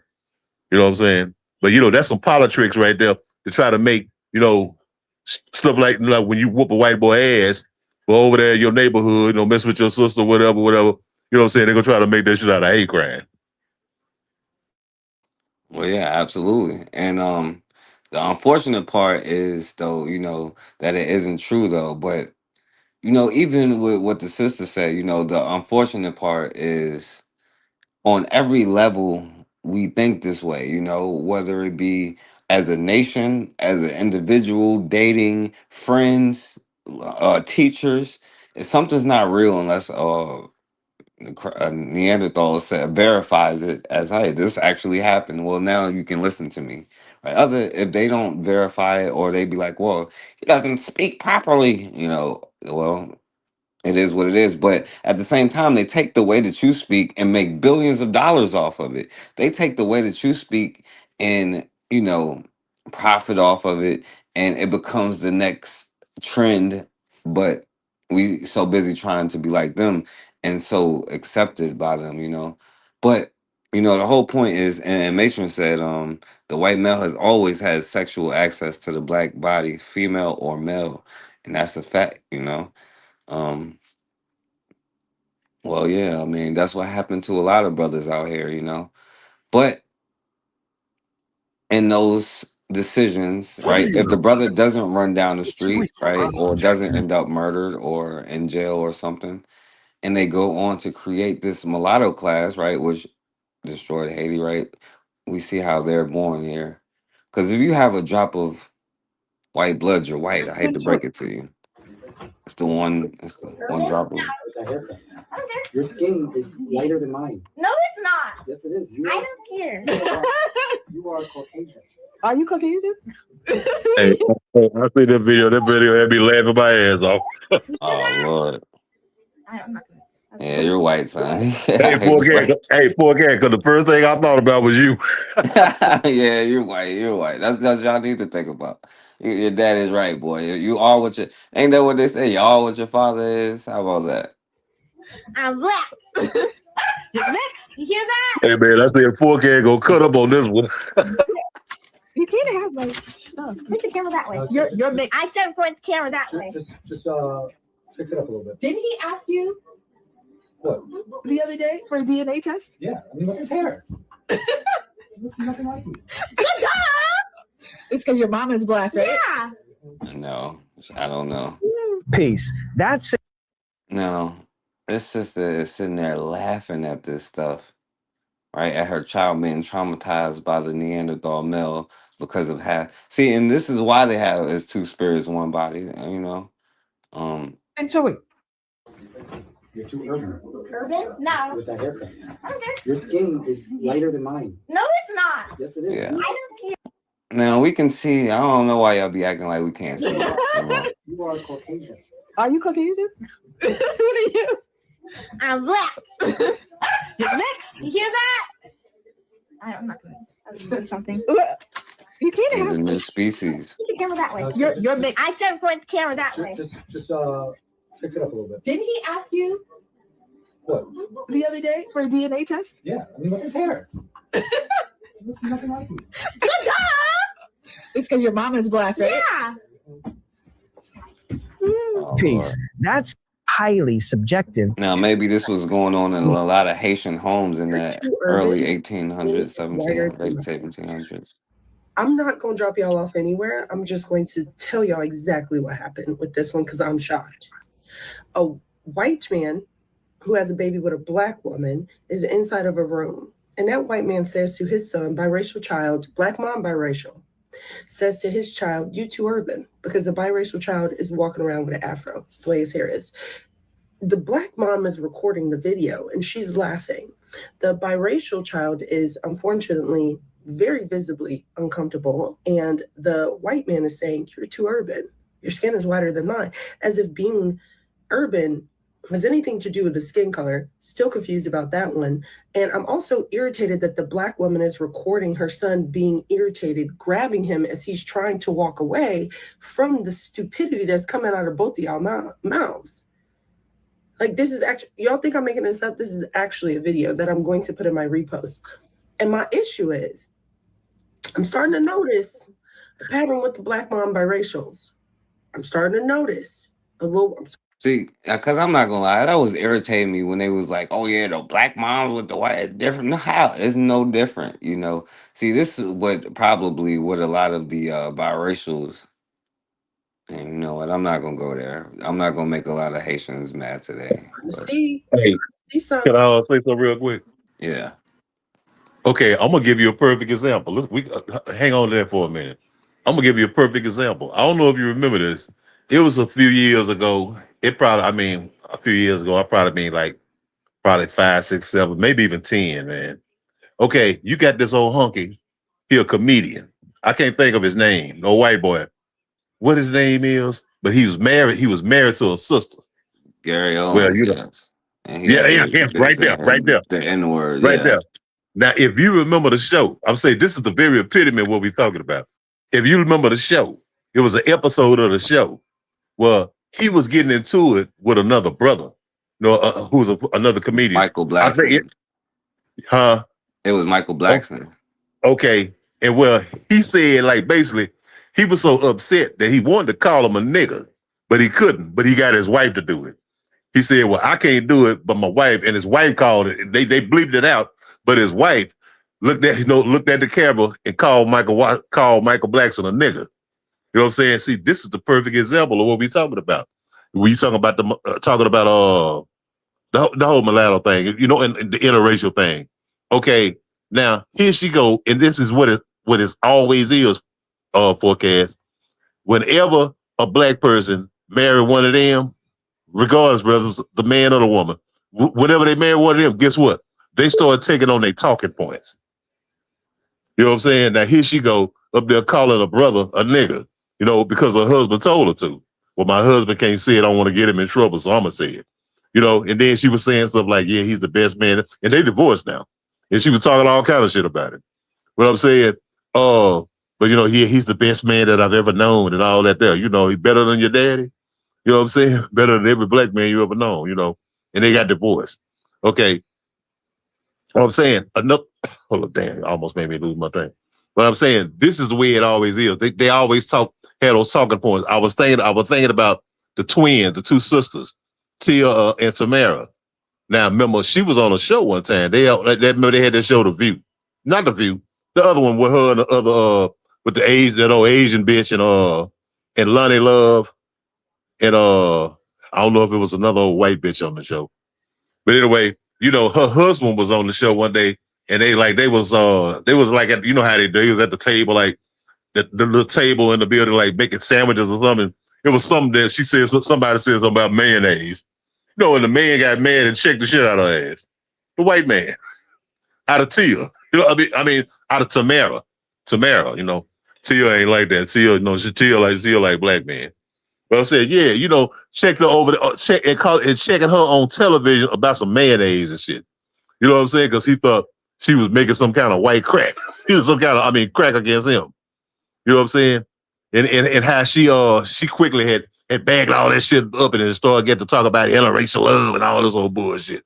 You know what I'm saying? They always talk the same talking points. You know what I'm saying? For whoever, whether it's a sister married to one of them honkies, you know, or it's a brother married to one of them honky bitches. They always end up talking them same old damn talking points. You know what I'm saying? Well, you know, they neutral on race and all, you know, this old bullshit right there. You know, that's just how it be. That's the very epitome of it, you know, what we were seeing. Right there, how you see the sister there. You know, with that bullshit she doing. No, there you go. This is all you doing. Where you said I smell like a wet dog? Well, my dog's wet. Smells amazing. Yeah, I kissed her. White guy stuff right there. Also, I heard you said I won't say the N-word back to you. You dared me. I ain't got to say it back. My lady will say it for me. I got a down-ass chick. Michael Blackson, you punk ass. Nigga. Ho. Michael Blackson, you bitch ass. Nigga. God, I wish I could say it. I don't touch wives, but she help you. Lord have mercy, brother. You see that? There you go. I had to prove Yeah, that shit disgusting. Anyway, let's go back to. All right, so I talked about this part a little bit last time. And just as a side note, many people believe that John Adams when we was talking about the election. Black You know, a lot of them, when they talk about Thomas Jefferson, good old TJ, they try to make it seem like the relationship with Sally Hemings was some kind of consensual relationship. Like this 45-year-old or 50-year-old old white dude would have a Okay, it says here he was 44, but I saw somewhere else that he was like 48. consensual relationship. Still 13. Huh? She was 13. That nigga, he's a pedophile. Yeah. He was they put him on the side as their fathers, bro. 14-year-old young black girl or mulatto girl. And a young girl that he enslaved on top of that. Like they could possibly have this consensual relationship. But of course, they love good old TJ, Thomas Jefferson. So they make a lot of excuses about the relationship he had with Sally Hemings. And this is the story of Sally Hemings. Now, Sally's story is wild from the beginning. Pause and read this chart, but it's a lot. Sally was born to John Wales, a white slave owner. Now, her mother was Elizabeth Hemings, a black slave. As you can see, John was 20 years Elizabeth's senior, but they had about 5 kids together, including Sally. Martha Jefferson ended up being one of his children by another woman, Martha Epps. Follow along here. So that makes Sally and Martha Jefferson, who she became, half sisters. By Virginia law, when John Wales died, Sally Hemings and her siblings became property of Thomas Jefferson and Martha Jefferson at Monticello, their Virginia estate. In the late 1700s, Thomas Jefferson became a European ambassador on behalf of the United States. In 1787, Sally would be one of the slaves that would accompany Jefferson to Paris. She would stay in his estate and act pretty much as a housemaid. Spent 2 years in Paris from 1787 to 1789 and returned to Monticello in December of 1789. Now understand that, brother. Like even though she had a child at 13, that wasn't when he started molesting her. So it was he got her when she was like 7 or 6 years old. Right? She went over there when she was like 8 or 10 or something like that. So this was before when she got pregnant, she was 13. So he was already molesting her, you know. She returned to Monticello pregnant at the age of 16. It is believed she became the concubine of Thomas Jefferson while in Paris. She served as his chamber servant, and it is believed that they had intimate relations. But I'm not going to call it that. I'm going to call it the R word. In 1789, it was time for Sally and the Jeffersons to return to Monticello, Virginia. But there were a couple issues. One, Sally wanted to stay because in Paris, she was free. Going back to Monticello ensured that she would be going back into slavery. But she knew that the French Revolution was pending and she didn't want to stay in Paris and have a baby to raise on her own. So she agreed to go back to Monticello with Thomas Jefferson on one condition, that at the age of 21, all of the children that she had and would have would be freed. And Jefferson agreed. And I'm not at all applauding Thomas Jefferson for agreeing to this because at this time she was 16 and he was 46. Ugh. Sally Hemings would go on to be pregnant 7 times by Thomas Jefferson between the ages of 16 and 25. 4 of those children survived and lived until adulthood. Now they did not. Okay, maybe you're gonna say Jefferson that. did keep his promise. 2 of the children were freed at the age of 21, and 2 That of was them were allowed to just leave Monticello, as was Sally. Technically, I don't Sally. know what he's talking about really because they weren't free. Like there was a whole thing with that, But anyway, my brother, as you see, So jealous of black women. Just leave okay. Monticello, as was. I want you to white see dude. something here, right? As far as now, this was before. I don't know if you was listening to me back then. This was like 4 years ago. The white boy that came on here. I don't know if Matron, I don't know if you heard this thing, but this white boy came on here. Now listen to what he's about to say about this particular thing here. What? All right, people side, but let me go through this real quick, because I don't want to be on here long anyway. Do you agree with like pedophilia and like molestation and stuff like that? No, I do not. So you think like Mount Rushmore should be torn down then? Repeat that. I don't think what. Do you think like Mount Rushmore should be torn down and like destroyed? But you're trying to take that's bad about a person. If it represents him being a pedophile, them having a monument built for him because he was the first president. I mean, I don't support adultery either. But Martin Luther King was an adulterer. No proof that he was an adulterer. That's just something white folks Hey, know. Bakari, go jump in right there. I said he's talking about adultery. I said, do you believe in pedophilia? So you comparing No, I pedophilia don't. to adultery and stuff like that? No, I don't believe that it's right to be a pedophile. Is there proof? Has it been proven? Just something that somebody said, and like they're saying about that I'm saying about Martin Luther King. I mean, they pretty much documented molesting like Here's 14, 13, 12-year-olds. I mean, Thomas Jefferson had children with Sally. I mean, you don't know that history either. Yeah, I know that he had Is children. Thomas Jefferson a hero or a pedophile? Well, how old was the girl? How old was the girl? Was she a child or not? I mean, would you want if she was the age of your daughter? What age do you think she was? Well, I would say anywhere from 13 to 8. And how old was Thomas Jefferson? I couldn't tell you that. He was like not 40 or 50 or something like that. So you would be okay with a 40 or 50-year-old dating your daughter? I mean, I'm just getting clear on what you're cool. I mean, we're living in a different era than they was back. I mean, so pedophilia was cool. People so were you would have getting been a pedophile like 100 years ago. 15 in the day back. So you would have been okay. You would have been having a 13-year-old, right? You say you was 38. So you would have had like you a 13-year-old if it was 100 years ago, is what you're saying. Like I say, that was their culture. He didn't say no. That they It's lived. your culture. I live. Are they your founding fathers or not? You calling me founding fathers? I'm gonna go back to that again. He said it is the culture. Like I say, that was their culture. That was the way that they lived. It's your culture. Are they your founding fathers or not? You calling me founding fathers? But still, where's the? They're your fathers, right? They're not my father. They're not your founding. They're the fathers? founding fathers of this nation. No nation's going to be perfect. If you want to tear down the system that's in place. Wait, so you telling me like a bunch of nations was built? What other nation was built by like pedophiles though? Well, and, then, like worshipped and stuff like that. Hey, if you know how to do it, like my boss man has told me, I've tried to sit there and tell him if you'll do it. So basically, my brother, he didn't say no to whether he would have had a 13-year-old back then, or whether he had one now. I don't know. I don't know if you ever heard that before, my brother.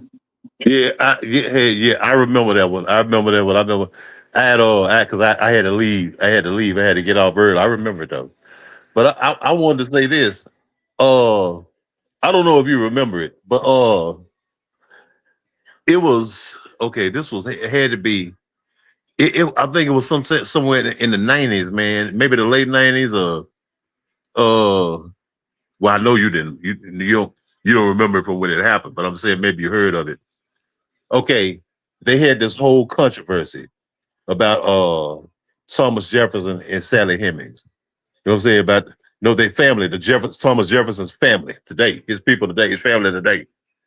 Now, they had the black folks, these black people, the black people who was supposed to be members of the family. They were fighting for their recognition to be the members of the family. Hey, we are the descendants of Sally Hemings and Thomas Jefferson. Now, back at that time, they was trying to say that, well, Thomas Jefferson wasn't the father of the children. It wasn't him, it was the brother and everything. They're trying to say he didn't mess with them, which we all know is bullshit. He was a rapist too, just like he was, like his brother was. What I'm saying, they had the family members. Look, brother, they fought. I'm talking about litigation in court. These Negroes fought the Jefferson family to be recognized as part of the Jefferson family. You know what I'm saying? And in my mind, I'm sitting up like, what in the hell is wrong with these Negroes? You know what I'm saying? They taking some honkies to court, you know what I'm saying, just to be recognized as part of their family. You know what I'm saying? I'm denying the mentality. And brother, that was right there in Virginia. That's why I was asking, had you ever heard of it? It was in Virginia. It was in Virginia. Now I know you was a baby back then, but I'm saying, it was in Virginia, and those families still stay there. Some of them still stay there, and I'm just like, look at these Negroes. You're gonna take these hunkies, these bastards who raped African women, raped black women, raped this little girl, probably raped her, she was a preteen. You know what I'm saying? And you want to recognize, you want white folks to recognize that you're descendants of this devil. You know what I'm saying? And when I remember hearing it, I was just like, all I can think of now, well, I use it in the terms that my good young brother from Richmond, Virginia say, man, we sick. You know what I'm saying? We some sick Negroes. Yeah, I showed it on here before. Let me see. I don't know if I can all right, hold on, let me go back. Yeah, I mean, I remember when it was in court. I remember seeing it on television. Yeah, they had it on the news. When it was actually happening. Yeah, that was on the news. Let's see. Hey, and the crazy thing about it, the other side, the white Jeffersons, they were like, "No, you ain't there one of us." You know what I'm saying? And we is. You know what I'm saying? Want to be accepted. Yeah. I played this joint a while ago. This was years ago.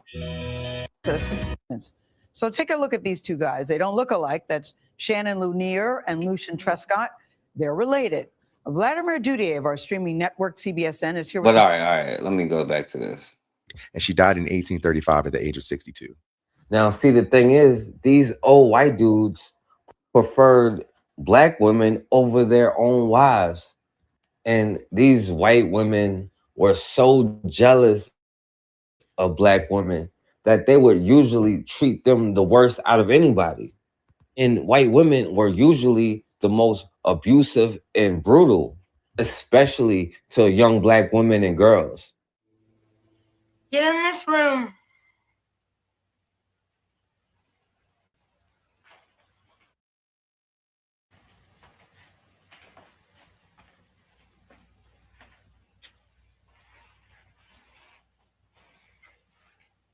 Now, you're gonna take all your clothes off. Get them off. Miss Blanche. You hear me? Ella knocked.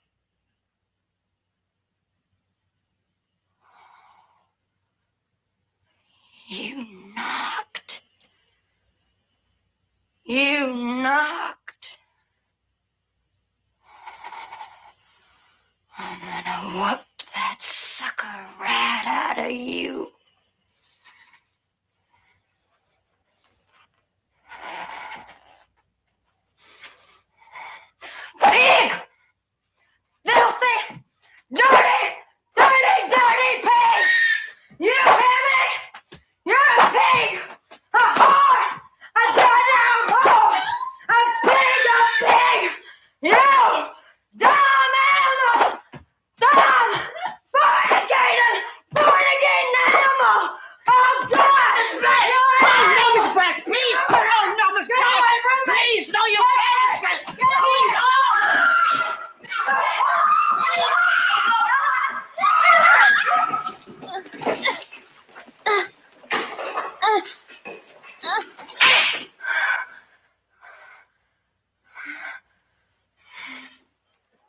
But anyway, once Thomas Jefferson became president, All right.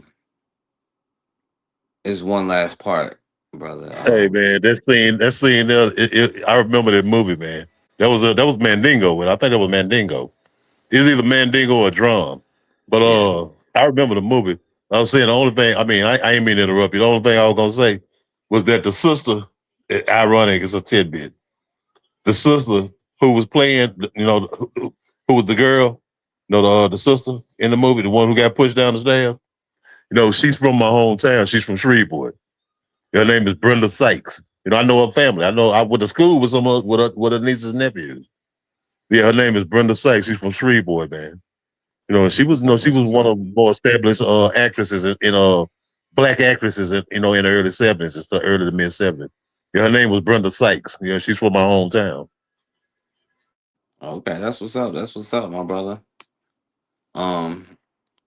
All right, so I gotta get off of here soon, but see, here's one last point, right? And I guess I could have waited for another time because it's already too late for it anyway. But it is what it is, So you know what? I'll do it anyway. he was not going to recognize Haiti at all, unlike John Adams before him. And Thomas Jefferson wanted the revolution to stop. And he eventually passed a law that prevented people from exporting slaves from out of the country. And a lot of those white people that love Thomas Jefferson, good old TJ, try to act like, oh, he was such an abolitionist. This was a good thing. He did this. Think about that, right? When you look abolitionists, they consider Thomas Jefferson an abolitionist. Do you believe that? Let me see if I can show you. No, man, if you read the shit that he wrote about black people, you know what I'm saying? It's just like Abraham Lincoln, like how they look at him as old grandfather Abraham, our beloved Abraham, emancipator. The man was a straight up racist. And Thomas Jefferson was too. I mean, I read the shit that he said. Yeah. They said the duality of society. Writing a book is big. No. All right. So there's a lot of commercials and stuff. But that's what I want y'all to understand about these abolitionists and these good. Like, y'all better be careful with that stuff. Biracial society at Monticello. This is an. He created. Maori occupied one half of this site. Inside, there were 4 forges. One when he was gone, because in the 18th century, you couldn't run a plantation without using violence. A man of his time, Jefferson thought he was benevolent, but even his plan for ending slavery would be considered racist today. His view was that at best, there could be an emancipation, but then there would be repatriation. There would be colonization. African-American slaves would leave the United States. He did not foresee a biracial integrated society. One of the many ironies of his life, because he created a biracial society at Monticello. This is an artist's imagined portrait of Sally Hemings, sister of John Hemings, the furniture maker. She was also believed to be Thomas Jefferson's wife Martha's half-sister. The entire Hemings family ended up at Monticello. But it was in Paris in the 1780s, while Jefferson, by then a widow, she set conditions. According to you, if any children we have, woman. In September 1802, a Richmond, Virginia newspaper outed Jefferson, saying, "By this wench, Sally, our president has had several children." After that, I forgot who it was right now, but it was whoever they said it was like one of those crackers you would, well, not crackers, but no, one of those Neanderthals you would know, that put him out when he was racing for president, like John Adams or something like that. I forgot who though. Jefferson Hemings' story was whispered from one generation to the next for nearly 200 years by descendants of Sally Hemings, many of whom passed for white. Knows aspirated to Thomas Jefferson. You Because it know that, started out man. when I was a kid, me standing up in class and saying, Thomas Jefferson is my great, great, great, great, great, great grandfather, and being so happy and proud to brag about it, you know, when we're studying the presidents. But then when the teacher says, sit down and stop telling lies, and all the kids laugh at you. By the mid-1990s, the laughing had stopped. Historians, even at Monticello, were becoming believers. All right, and the point is, I want to show this part here. Is the hypocrisy part. But he held on to his slaves. He freed only 7. The author of the Declaration of Independence, who wrote that all men are created equal, owned 600 slaves over his lifetime. See how they try to be like, oh, In addition to he his legitimate got rid children, of his slaves. He did almost not. certainly fathered at least 6 other children with his slave, Sally Hemings. For generations, descendants of Sally Hemings have been telling stories implicating Jefferson as father of her children. DNA proof of a connection came in 1998. Is Thomas Jefferson any less great because the understanding we have of him now is three-dimensional? Most human beings I know. Now it's complicated. Hypocrisy. And I think that Jefferson's virtues were enormous and his vices were equally enormous. Pulitzer Prize-winning author John Meacham has just published a best-selling new biography of our... All right, good old TJ. But they brought up an interesting part, right? Out of the goodness of his heart, which is a complete lie. He just didn't want black folk in America linking up with black people around the world, especially the ones with the revolutionary mindset. He didn't want that energy of revolution coming to black people in America. But of course they use stuff like that to try to make it seem like he was an abolitionist or something because they love him so much. Now, Congress did try to pass legislation to send all free Negroes or free black people back to Africa, but they still be under American law and still have to pay America taxes. And of course, most black people rejected it because why would they go somewhere else and still be paying America taxes and be under their law? It don't even make sense. Now, this session. Now, all right, I'm gonna stop right there. And my brother, because you know I was turned up earlier, right? And you know what I could have made that whole situation into, right?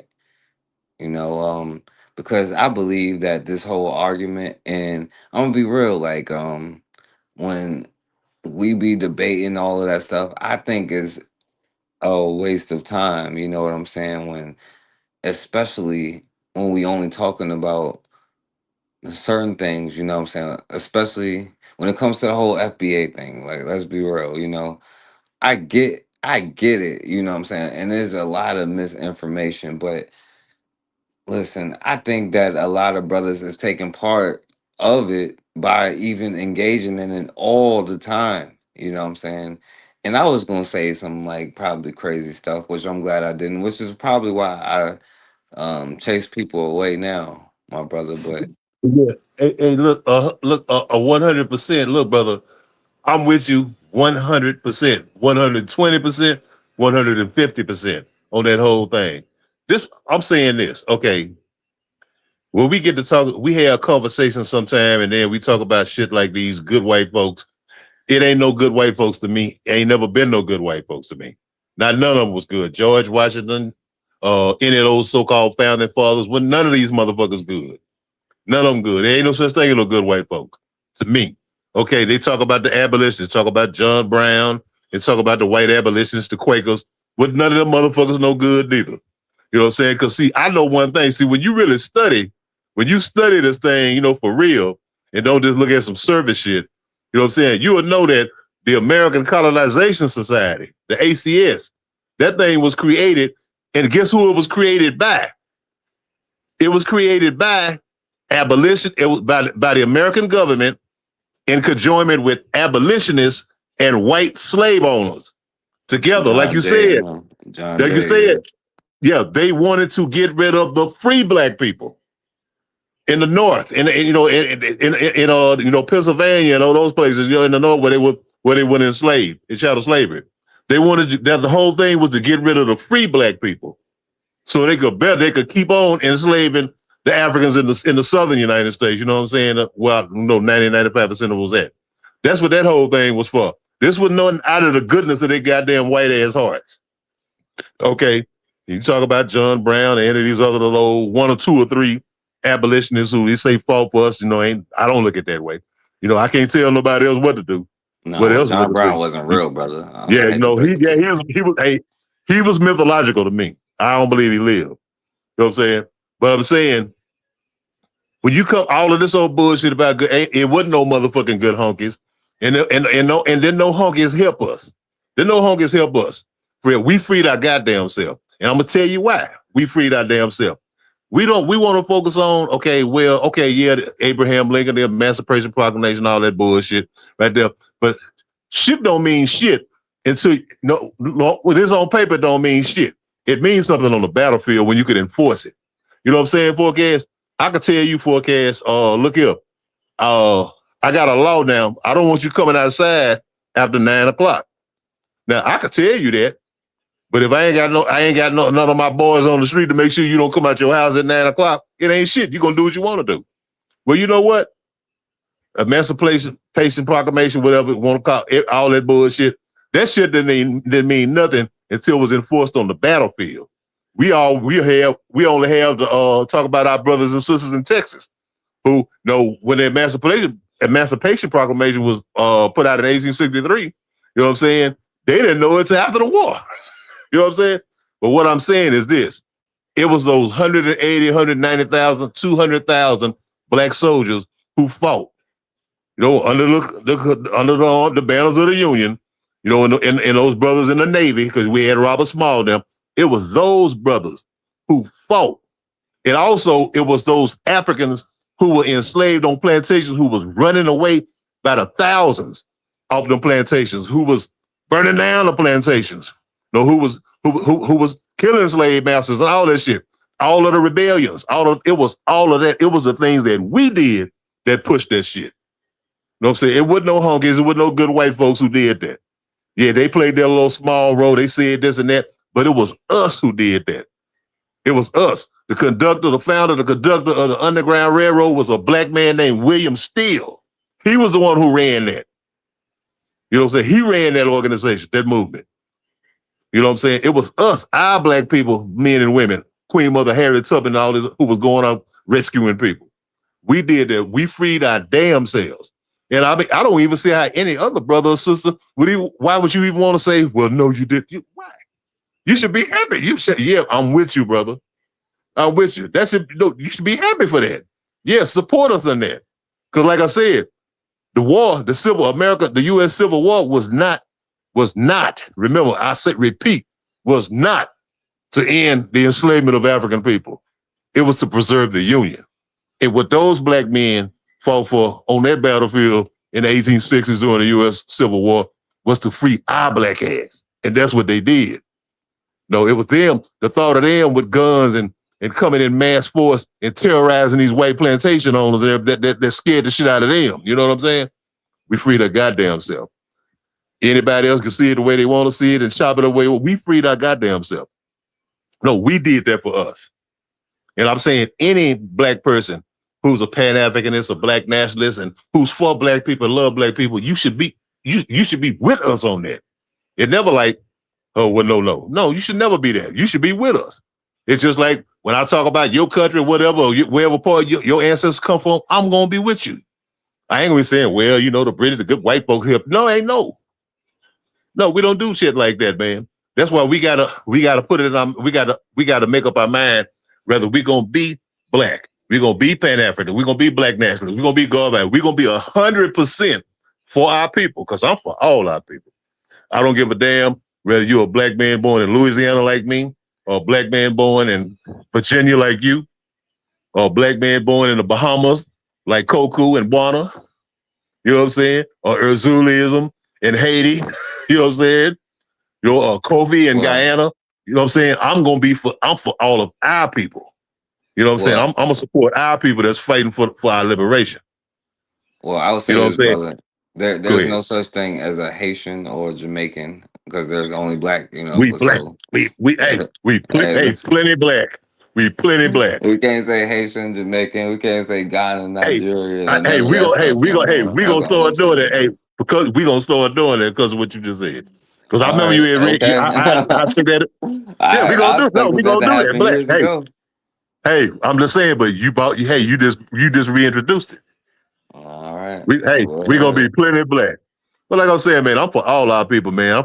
The whole diaspora, of the Caribbean, Central South America, African continent, even black folks in the South Pacific. You know what I'm saying? You black, you my people. I don't give a damn about your culture, your language, you know what I'm saying? Your genetics and all that shit. You my people, and I'm for you 100%. And I never be against you. I never stand and say, well, no, you didn't do that yourself. No, we did, man. We supposed to always be for each other, man. We can't have no divided loyalties and shit. We got to be for each other 100%. You know what I'm saying? We free. I agree with Yeah, you. go ahead, bro. No, I mean, I was just saying, I agree. But Yeah, but all I'm just saying, that old good white folks shit, they didn't do shit. They didn't do shit. Because if they was good white folks, then why after when the Reconstruction came, why they didn't come back and do nothing about that shit? You know what I'm saying? When the old white power structure in the South reclaimed itself, why the army didn't come back and do shit then? Yeah, there go you good white folks.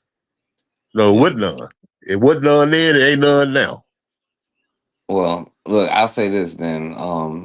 So when I say Haiti, so I lost two then, because there's no such thing as Haiti. It's just black, So I lost to the mulattoes too, you know what I'm saying, which would explain my energy today when we're talking about, because right, because if we're gonna have the smoke, brother, you know what I'm saying. This now I know you do, right, but you're gonna make the energy come back that I had earlier, you know what I'm saying, with the weak ash, the energy that a lot of brothers is carrying this day. So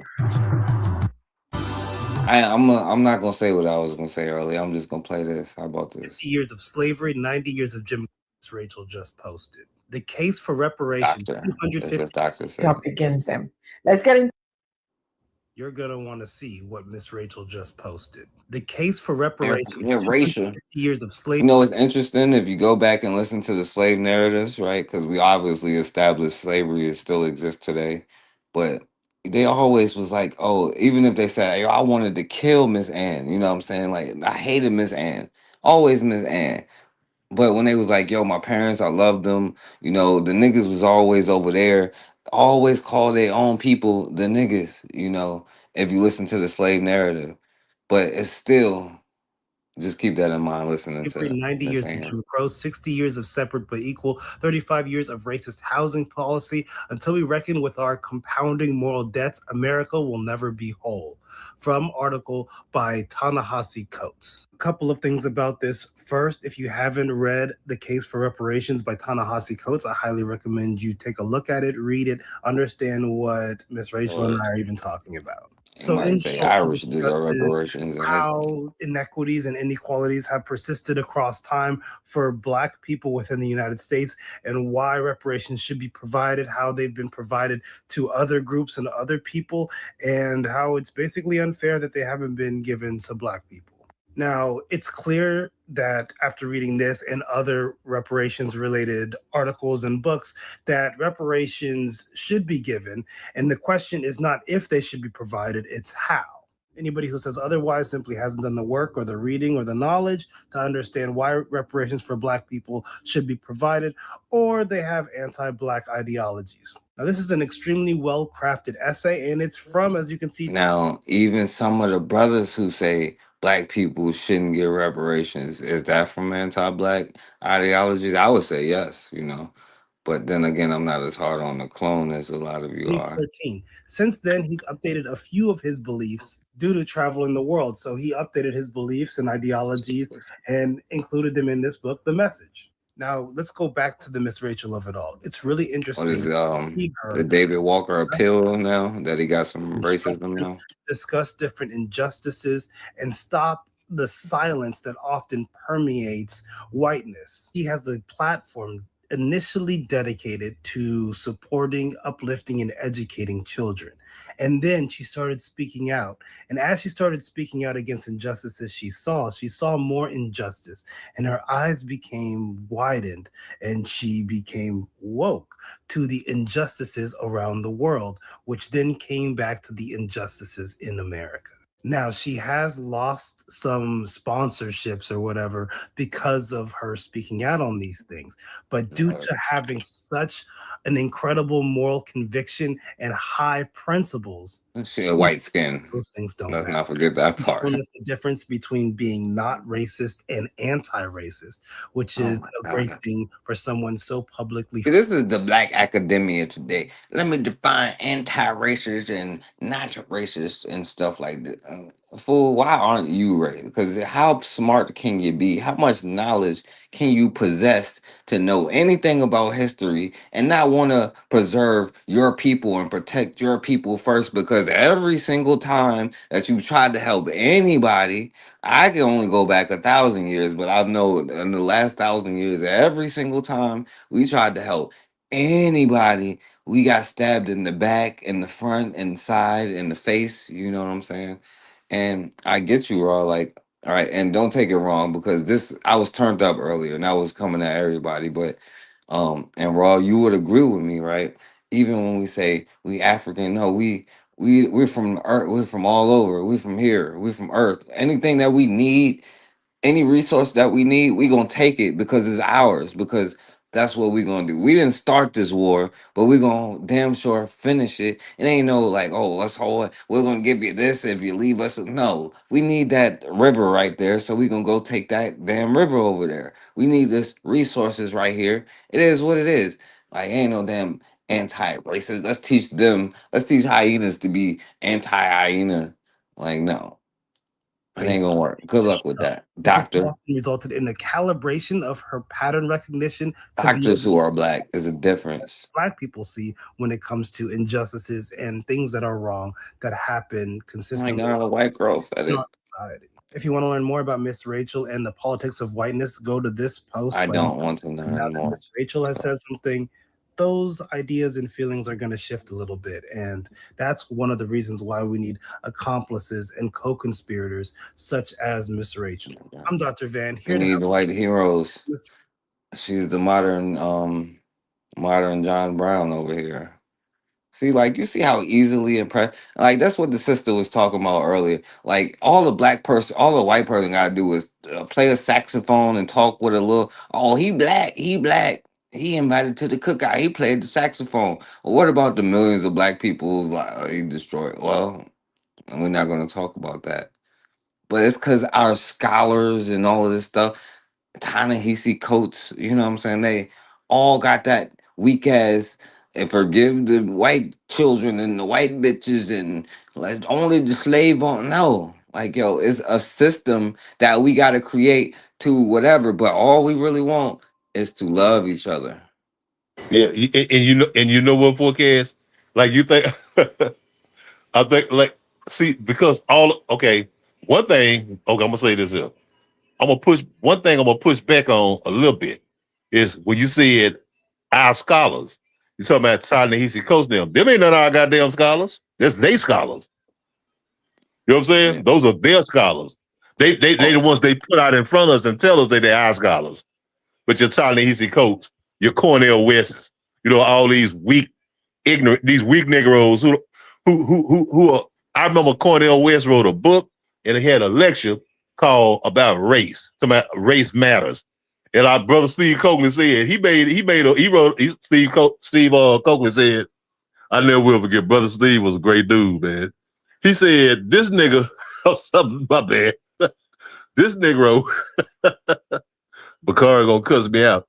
Hey, this Negro made a whole motherfucking book, wrote a whole book called Race Matters and said absolutely nothing about race.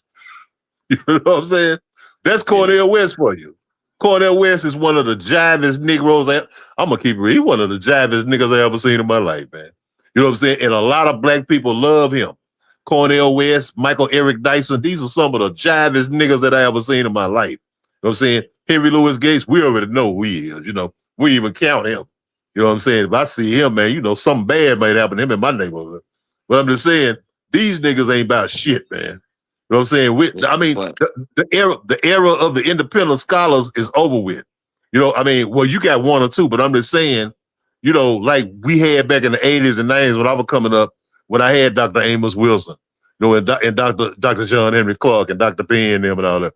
You know, scholars who was unapologetic and uncompromising.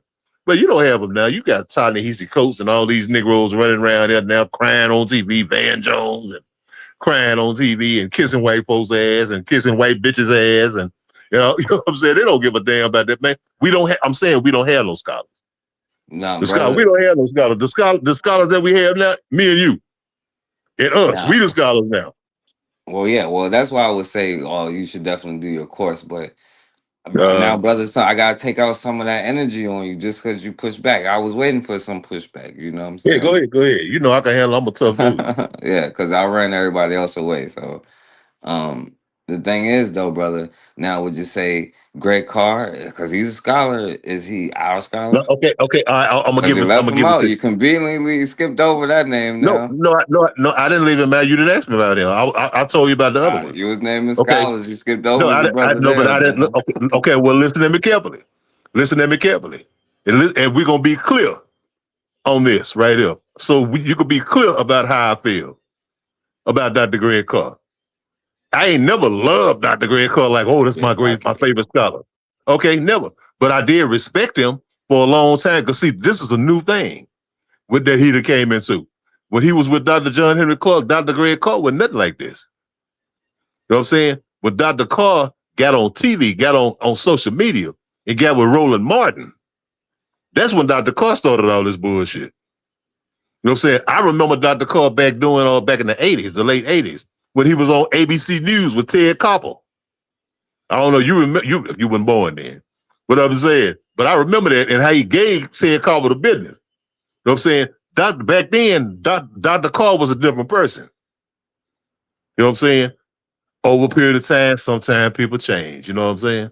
Well, they change. They change and they change for the worse.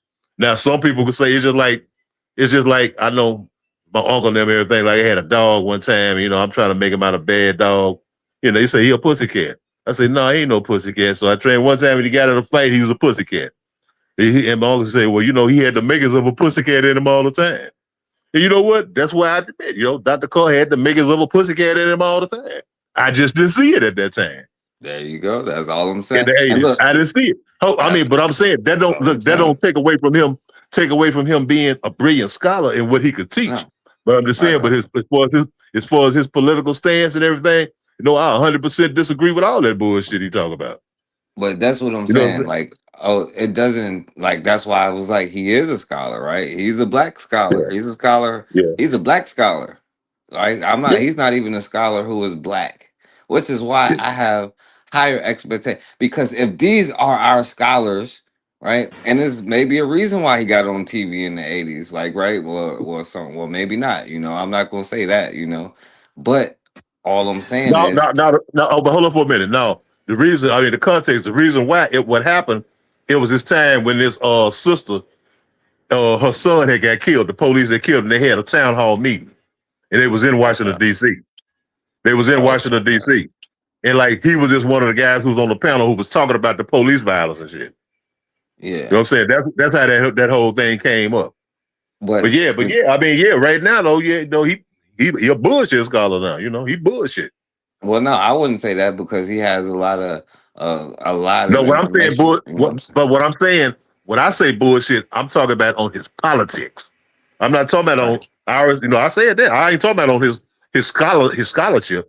You know what I'm saying? Because Dr. Greg, I mean, I learned so much from him, some things from him, you know, listening to his lectures and everything, stuff that I had no knowledge of. So I'm saying his knowledge is wide because look who his teachers were. John Henry Clark, Dr. Jacob Carruthers. No, them was his teachers. But I'm just saying, you know, he's a brother that went for the money. Said fuck it and went for the money. Wow. what are you going to do? And this is why I'm not gonna go into that, because like I said, I would have had a different energy if I had did a different thing, which is why I didn't do it. I wasn't even gonna come on here, right? Because he is Dr. Greg Carr, and he is a scholar. And what perplexes me though is how could you have so much information but still say certain things when it comes to the black scholars that we have, though. You know what I'm saying? So that's a whole nother thing. And I'm not gonna go Okay, but look here. Koku, look here. Koku always told us this. I remember when I first started listening to Koku, I would go back like 2016, 2017. And it was a word that Coco used to always say. And I always wondered, I wanted to ask Coco, what did that mean? And he talked about the barrel maker. You ever heard Coco say that the barrel maker? Nah. Well, he was talking about the barrel maker, like the barrel maker, the man who make the wine, make the rum or whatever. You know what I'm saying? Like, you have those who drink the rum, and you have those who make the rum. You know what I'm saying? Well, I'm saying, when you ain't your own man, you know what I'm saying? When you ain't got your own shit, when you depended on some other shit, you know what I'm saying? And you know, like that, and that's more important to you. Your it's more important to you than your consciousness. You know what I'm saying? You more have to sell out. Right. You know what I'm saying? You more have to sell out. Them people come and tap you on the shoulder. Them Jews come and tap you on the shoulder. Hey, look, you can't say that. You know, hey, for gas. Unfortunately, man, everybody ain't Dr. Khaled. Well, no, I will say this though. I will say this, right? Because this is why I'm not gonna why I didn't do any of that. Because the blame for that type of stuff is not necessarily on him 100%. And he had like there is accountability. If I was to do something like that, like yeah, I would probably y'all might as well take me out. You know what I'm saying? Because it's over. But at the same time, it was like what happened with Nick Cannon, right? When he had to go on the apology tour. But the thing is, like, black people are not interested in controlling institutions like with John Henry Clark, like how he went out. Maybe Greg Carr looked at that like, oh, I ain't trying to go out like that. Ain't nobody put no money up. Ain't nobody make sure he was living good and retired good and had a check or whatever, or was fed or had the nicest stuff. Nobody did that. Maybe he looked at it as that. So we all are responsible when it comes to that side of it. You know what I'm saying? That's why I'm like, I'm never going. That's why I ain't even go 100% on like Nick Cannon when he went on his apology tour, because he like, well, these shysters give me my check. They're shysters, but at the same time, as long as that happens, well, what is you're gonna be a slave forever? You know what I'm saying? So, what you gonna do? But all I can say is this, brother, because I was going to even say other stuff about why we got only energy for certain groups when they do certain things, but not everybody. You know what I'm saying? But I'll say this. Look at these brothers here. Damn, how many commercials could it be? It's like 4 right here. Let's see. What's this? A few moments later.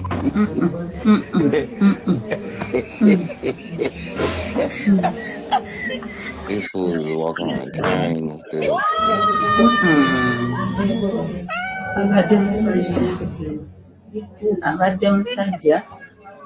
Now the problem is we limited to whatever you limited to, but we separate ourselves the whole time, you know.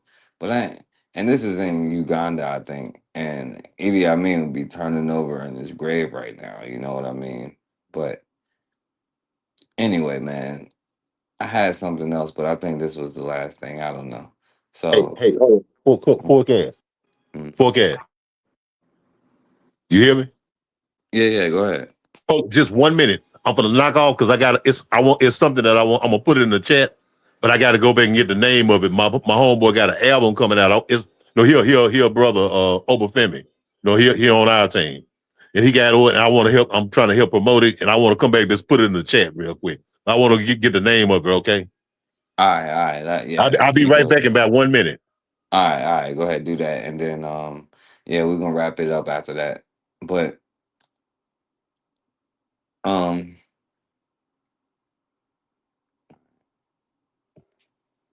yo, at the end of the day though, man, we have got to learn, like, you know, damn, I think it, my bad. But listen, man, yo, this identity stuff, and I'm glad I didn't say what I already chased enough of y'all away. That's why y'all quiet in the chat. Ain't nobody got nothing to say and all that stuff. So it's all good. But I get it, you know what I'm saying? See, the mentality that we have, I don't know. There ain't no point in saying all that. We doomed at the end of the day. So I'll say my last words now and then let the brother come back on here and show what he want to show. And then we'll get up out of here. So make sure y'all support it. Here we go. I'll let this be my last words, y'all.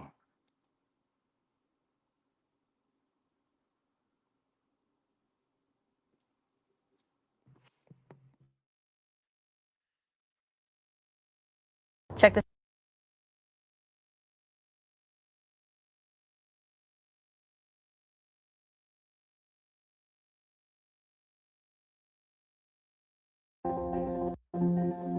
So we suffer from a kind of poverty of the spirit, which stands in glaring contrast to our scientific and technological abundance. The problem is, my friends,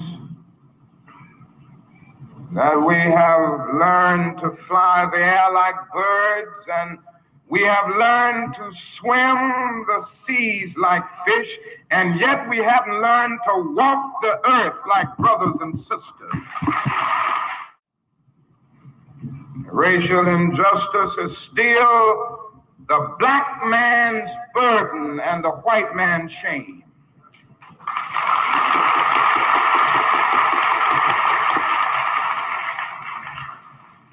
So wherever we live in America, we have to face the fact honestly that racial discrimination is present. So don't get complacent. Certainly we've made some strides. We made some progress here and there. But it hasn't been enough. It hasn't been fast enough. And although we've come a long, long way, we still have a long, long way to go. In 1863, the Negro was freed from the bondage of physical slavery through the Emancipation Proclamation signed by Abraham Lincoln. But the Negro was not given any land to make that freedom meaningful. And you know, it was something like having a man in jail for years and years, and then you suddenly discover that this man is innocent. Go to him and say, now you are free. The man's been unjustly jailed for 35 or 40 years, and you just put him out of jail saying, now you are free. Don't give him any bus fare to get to town, no money to buy any clothes, no money to get something to eat. This is what happened to the black man in this country. I can't limit my concern to the middle class. I'm back, brother. I can't limit my concern to this particular situation where we often don't see the poor.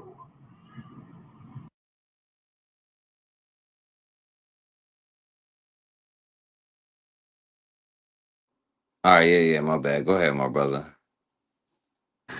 Yeah, man, I'm back, man. I just wanted that, you know, our brother, man, Obafemi, you know, he got they got an album coming out now, man. It's called Warriors, Healers, and Builders. Warriors, Healers, and Builders. It's Obafemi Kinsa Delele. I put the name down in the chat, you know, for everybody else who could see it or who's interested, it's a great album, man. I listened at it today.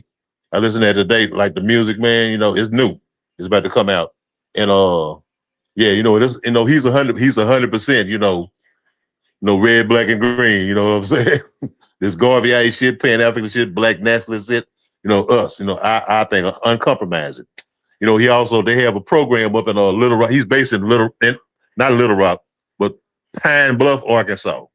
And they have the GSC community gardens up there called a Grow Something, thing, man, where plant food sufficient. One of his big things is food sufficiency.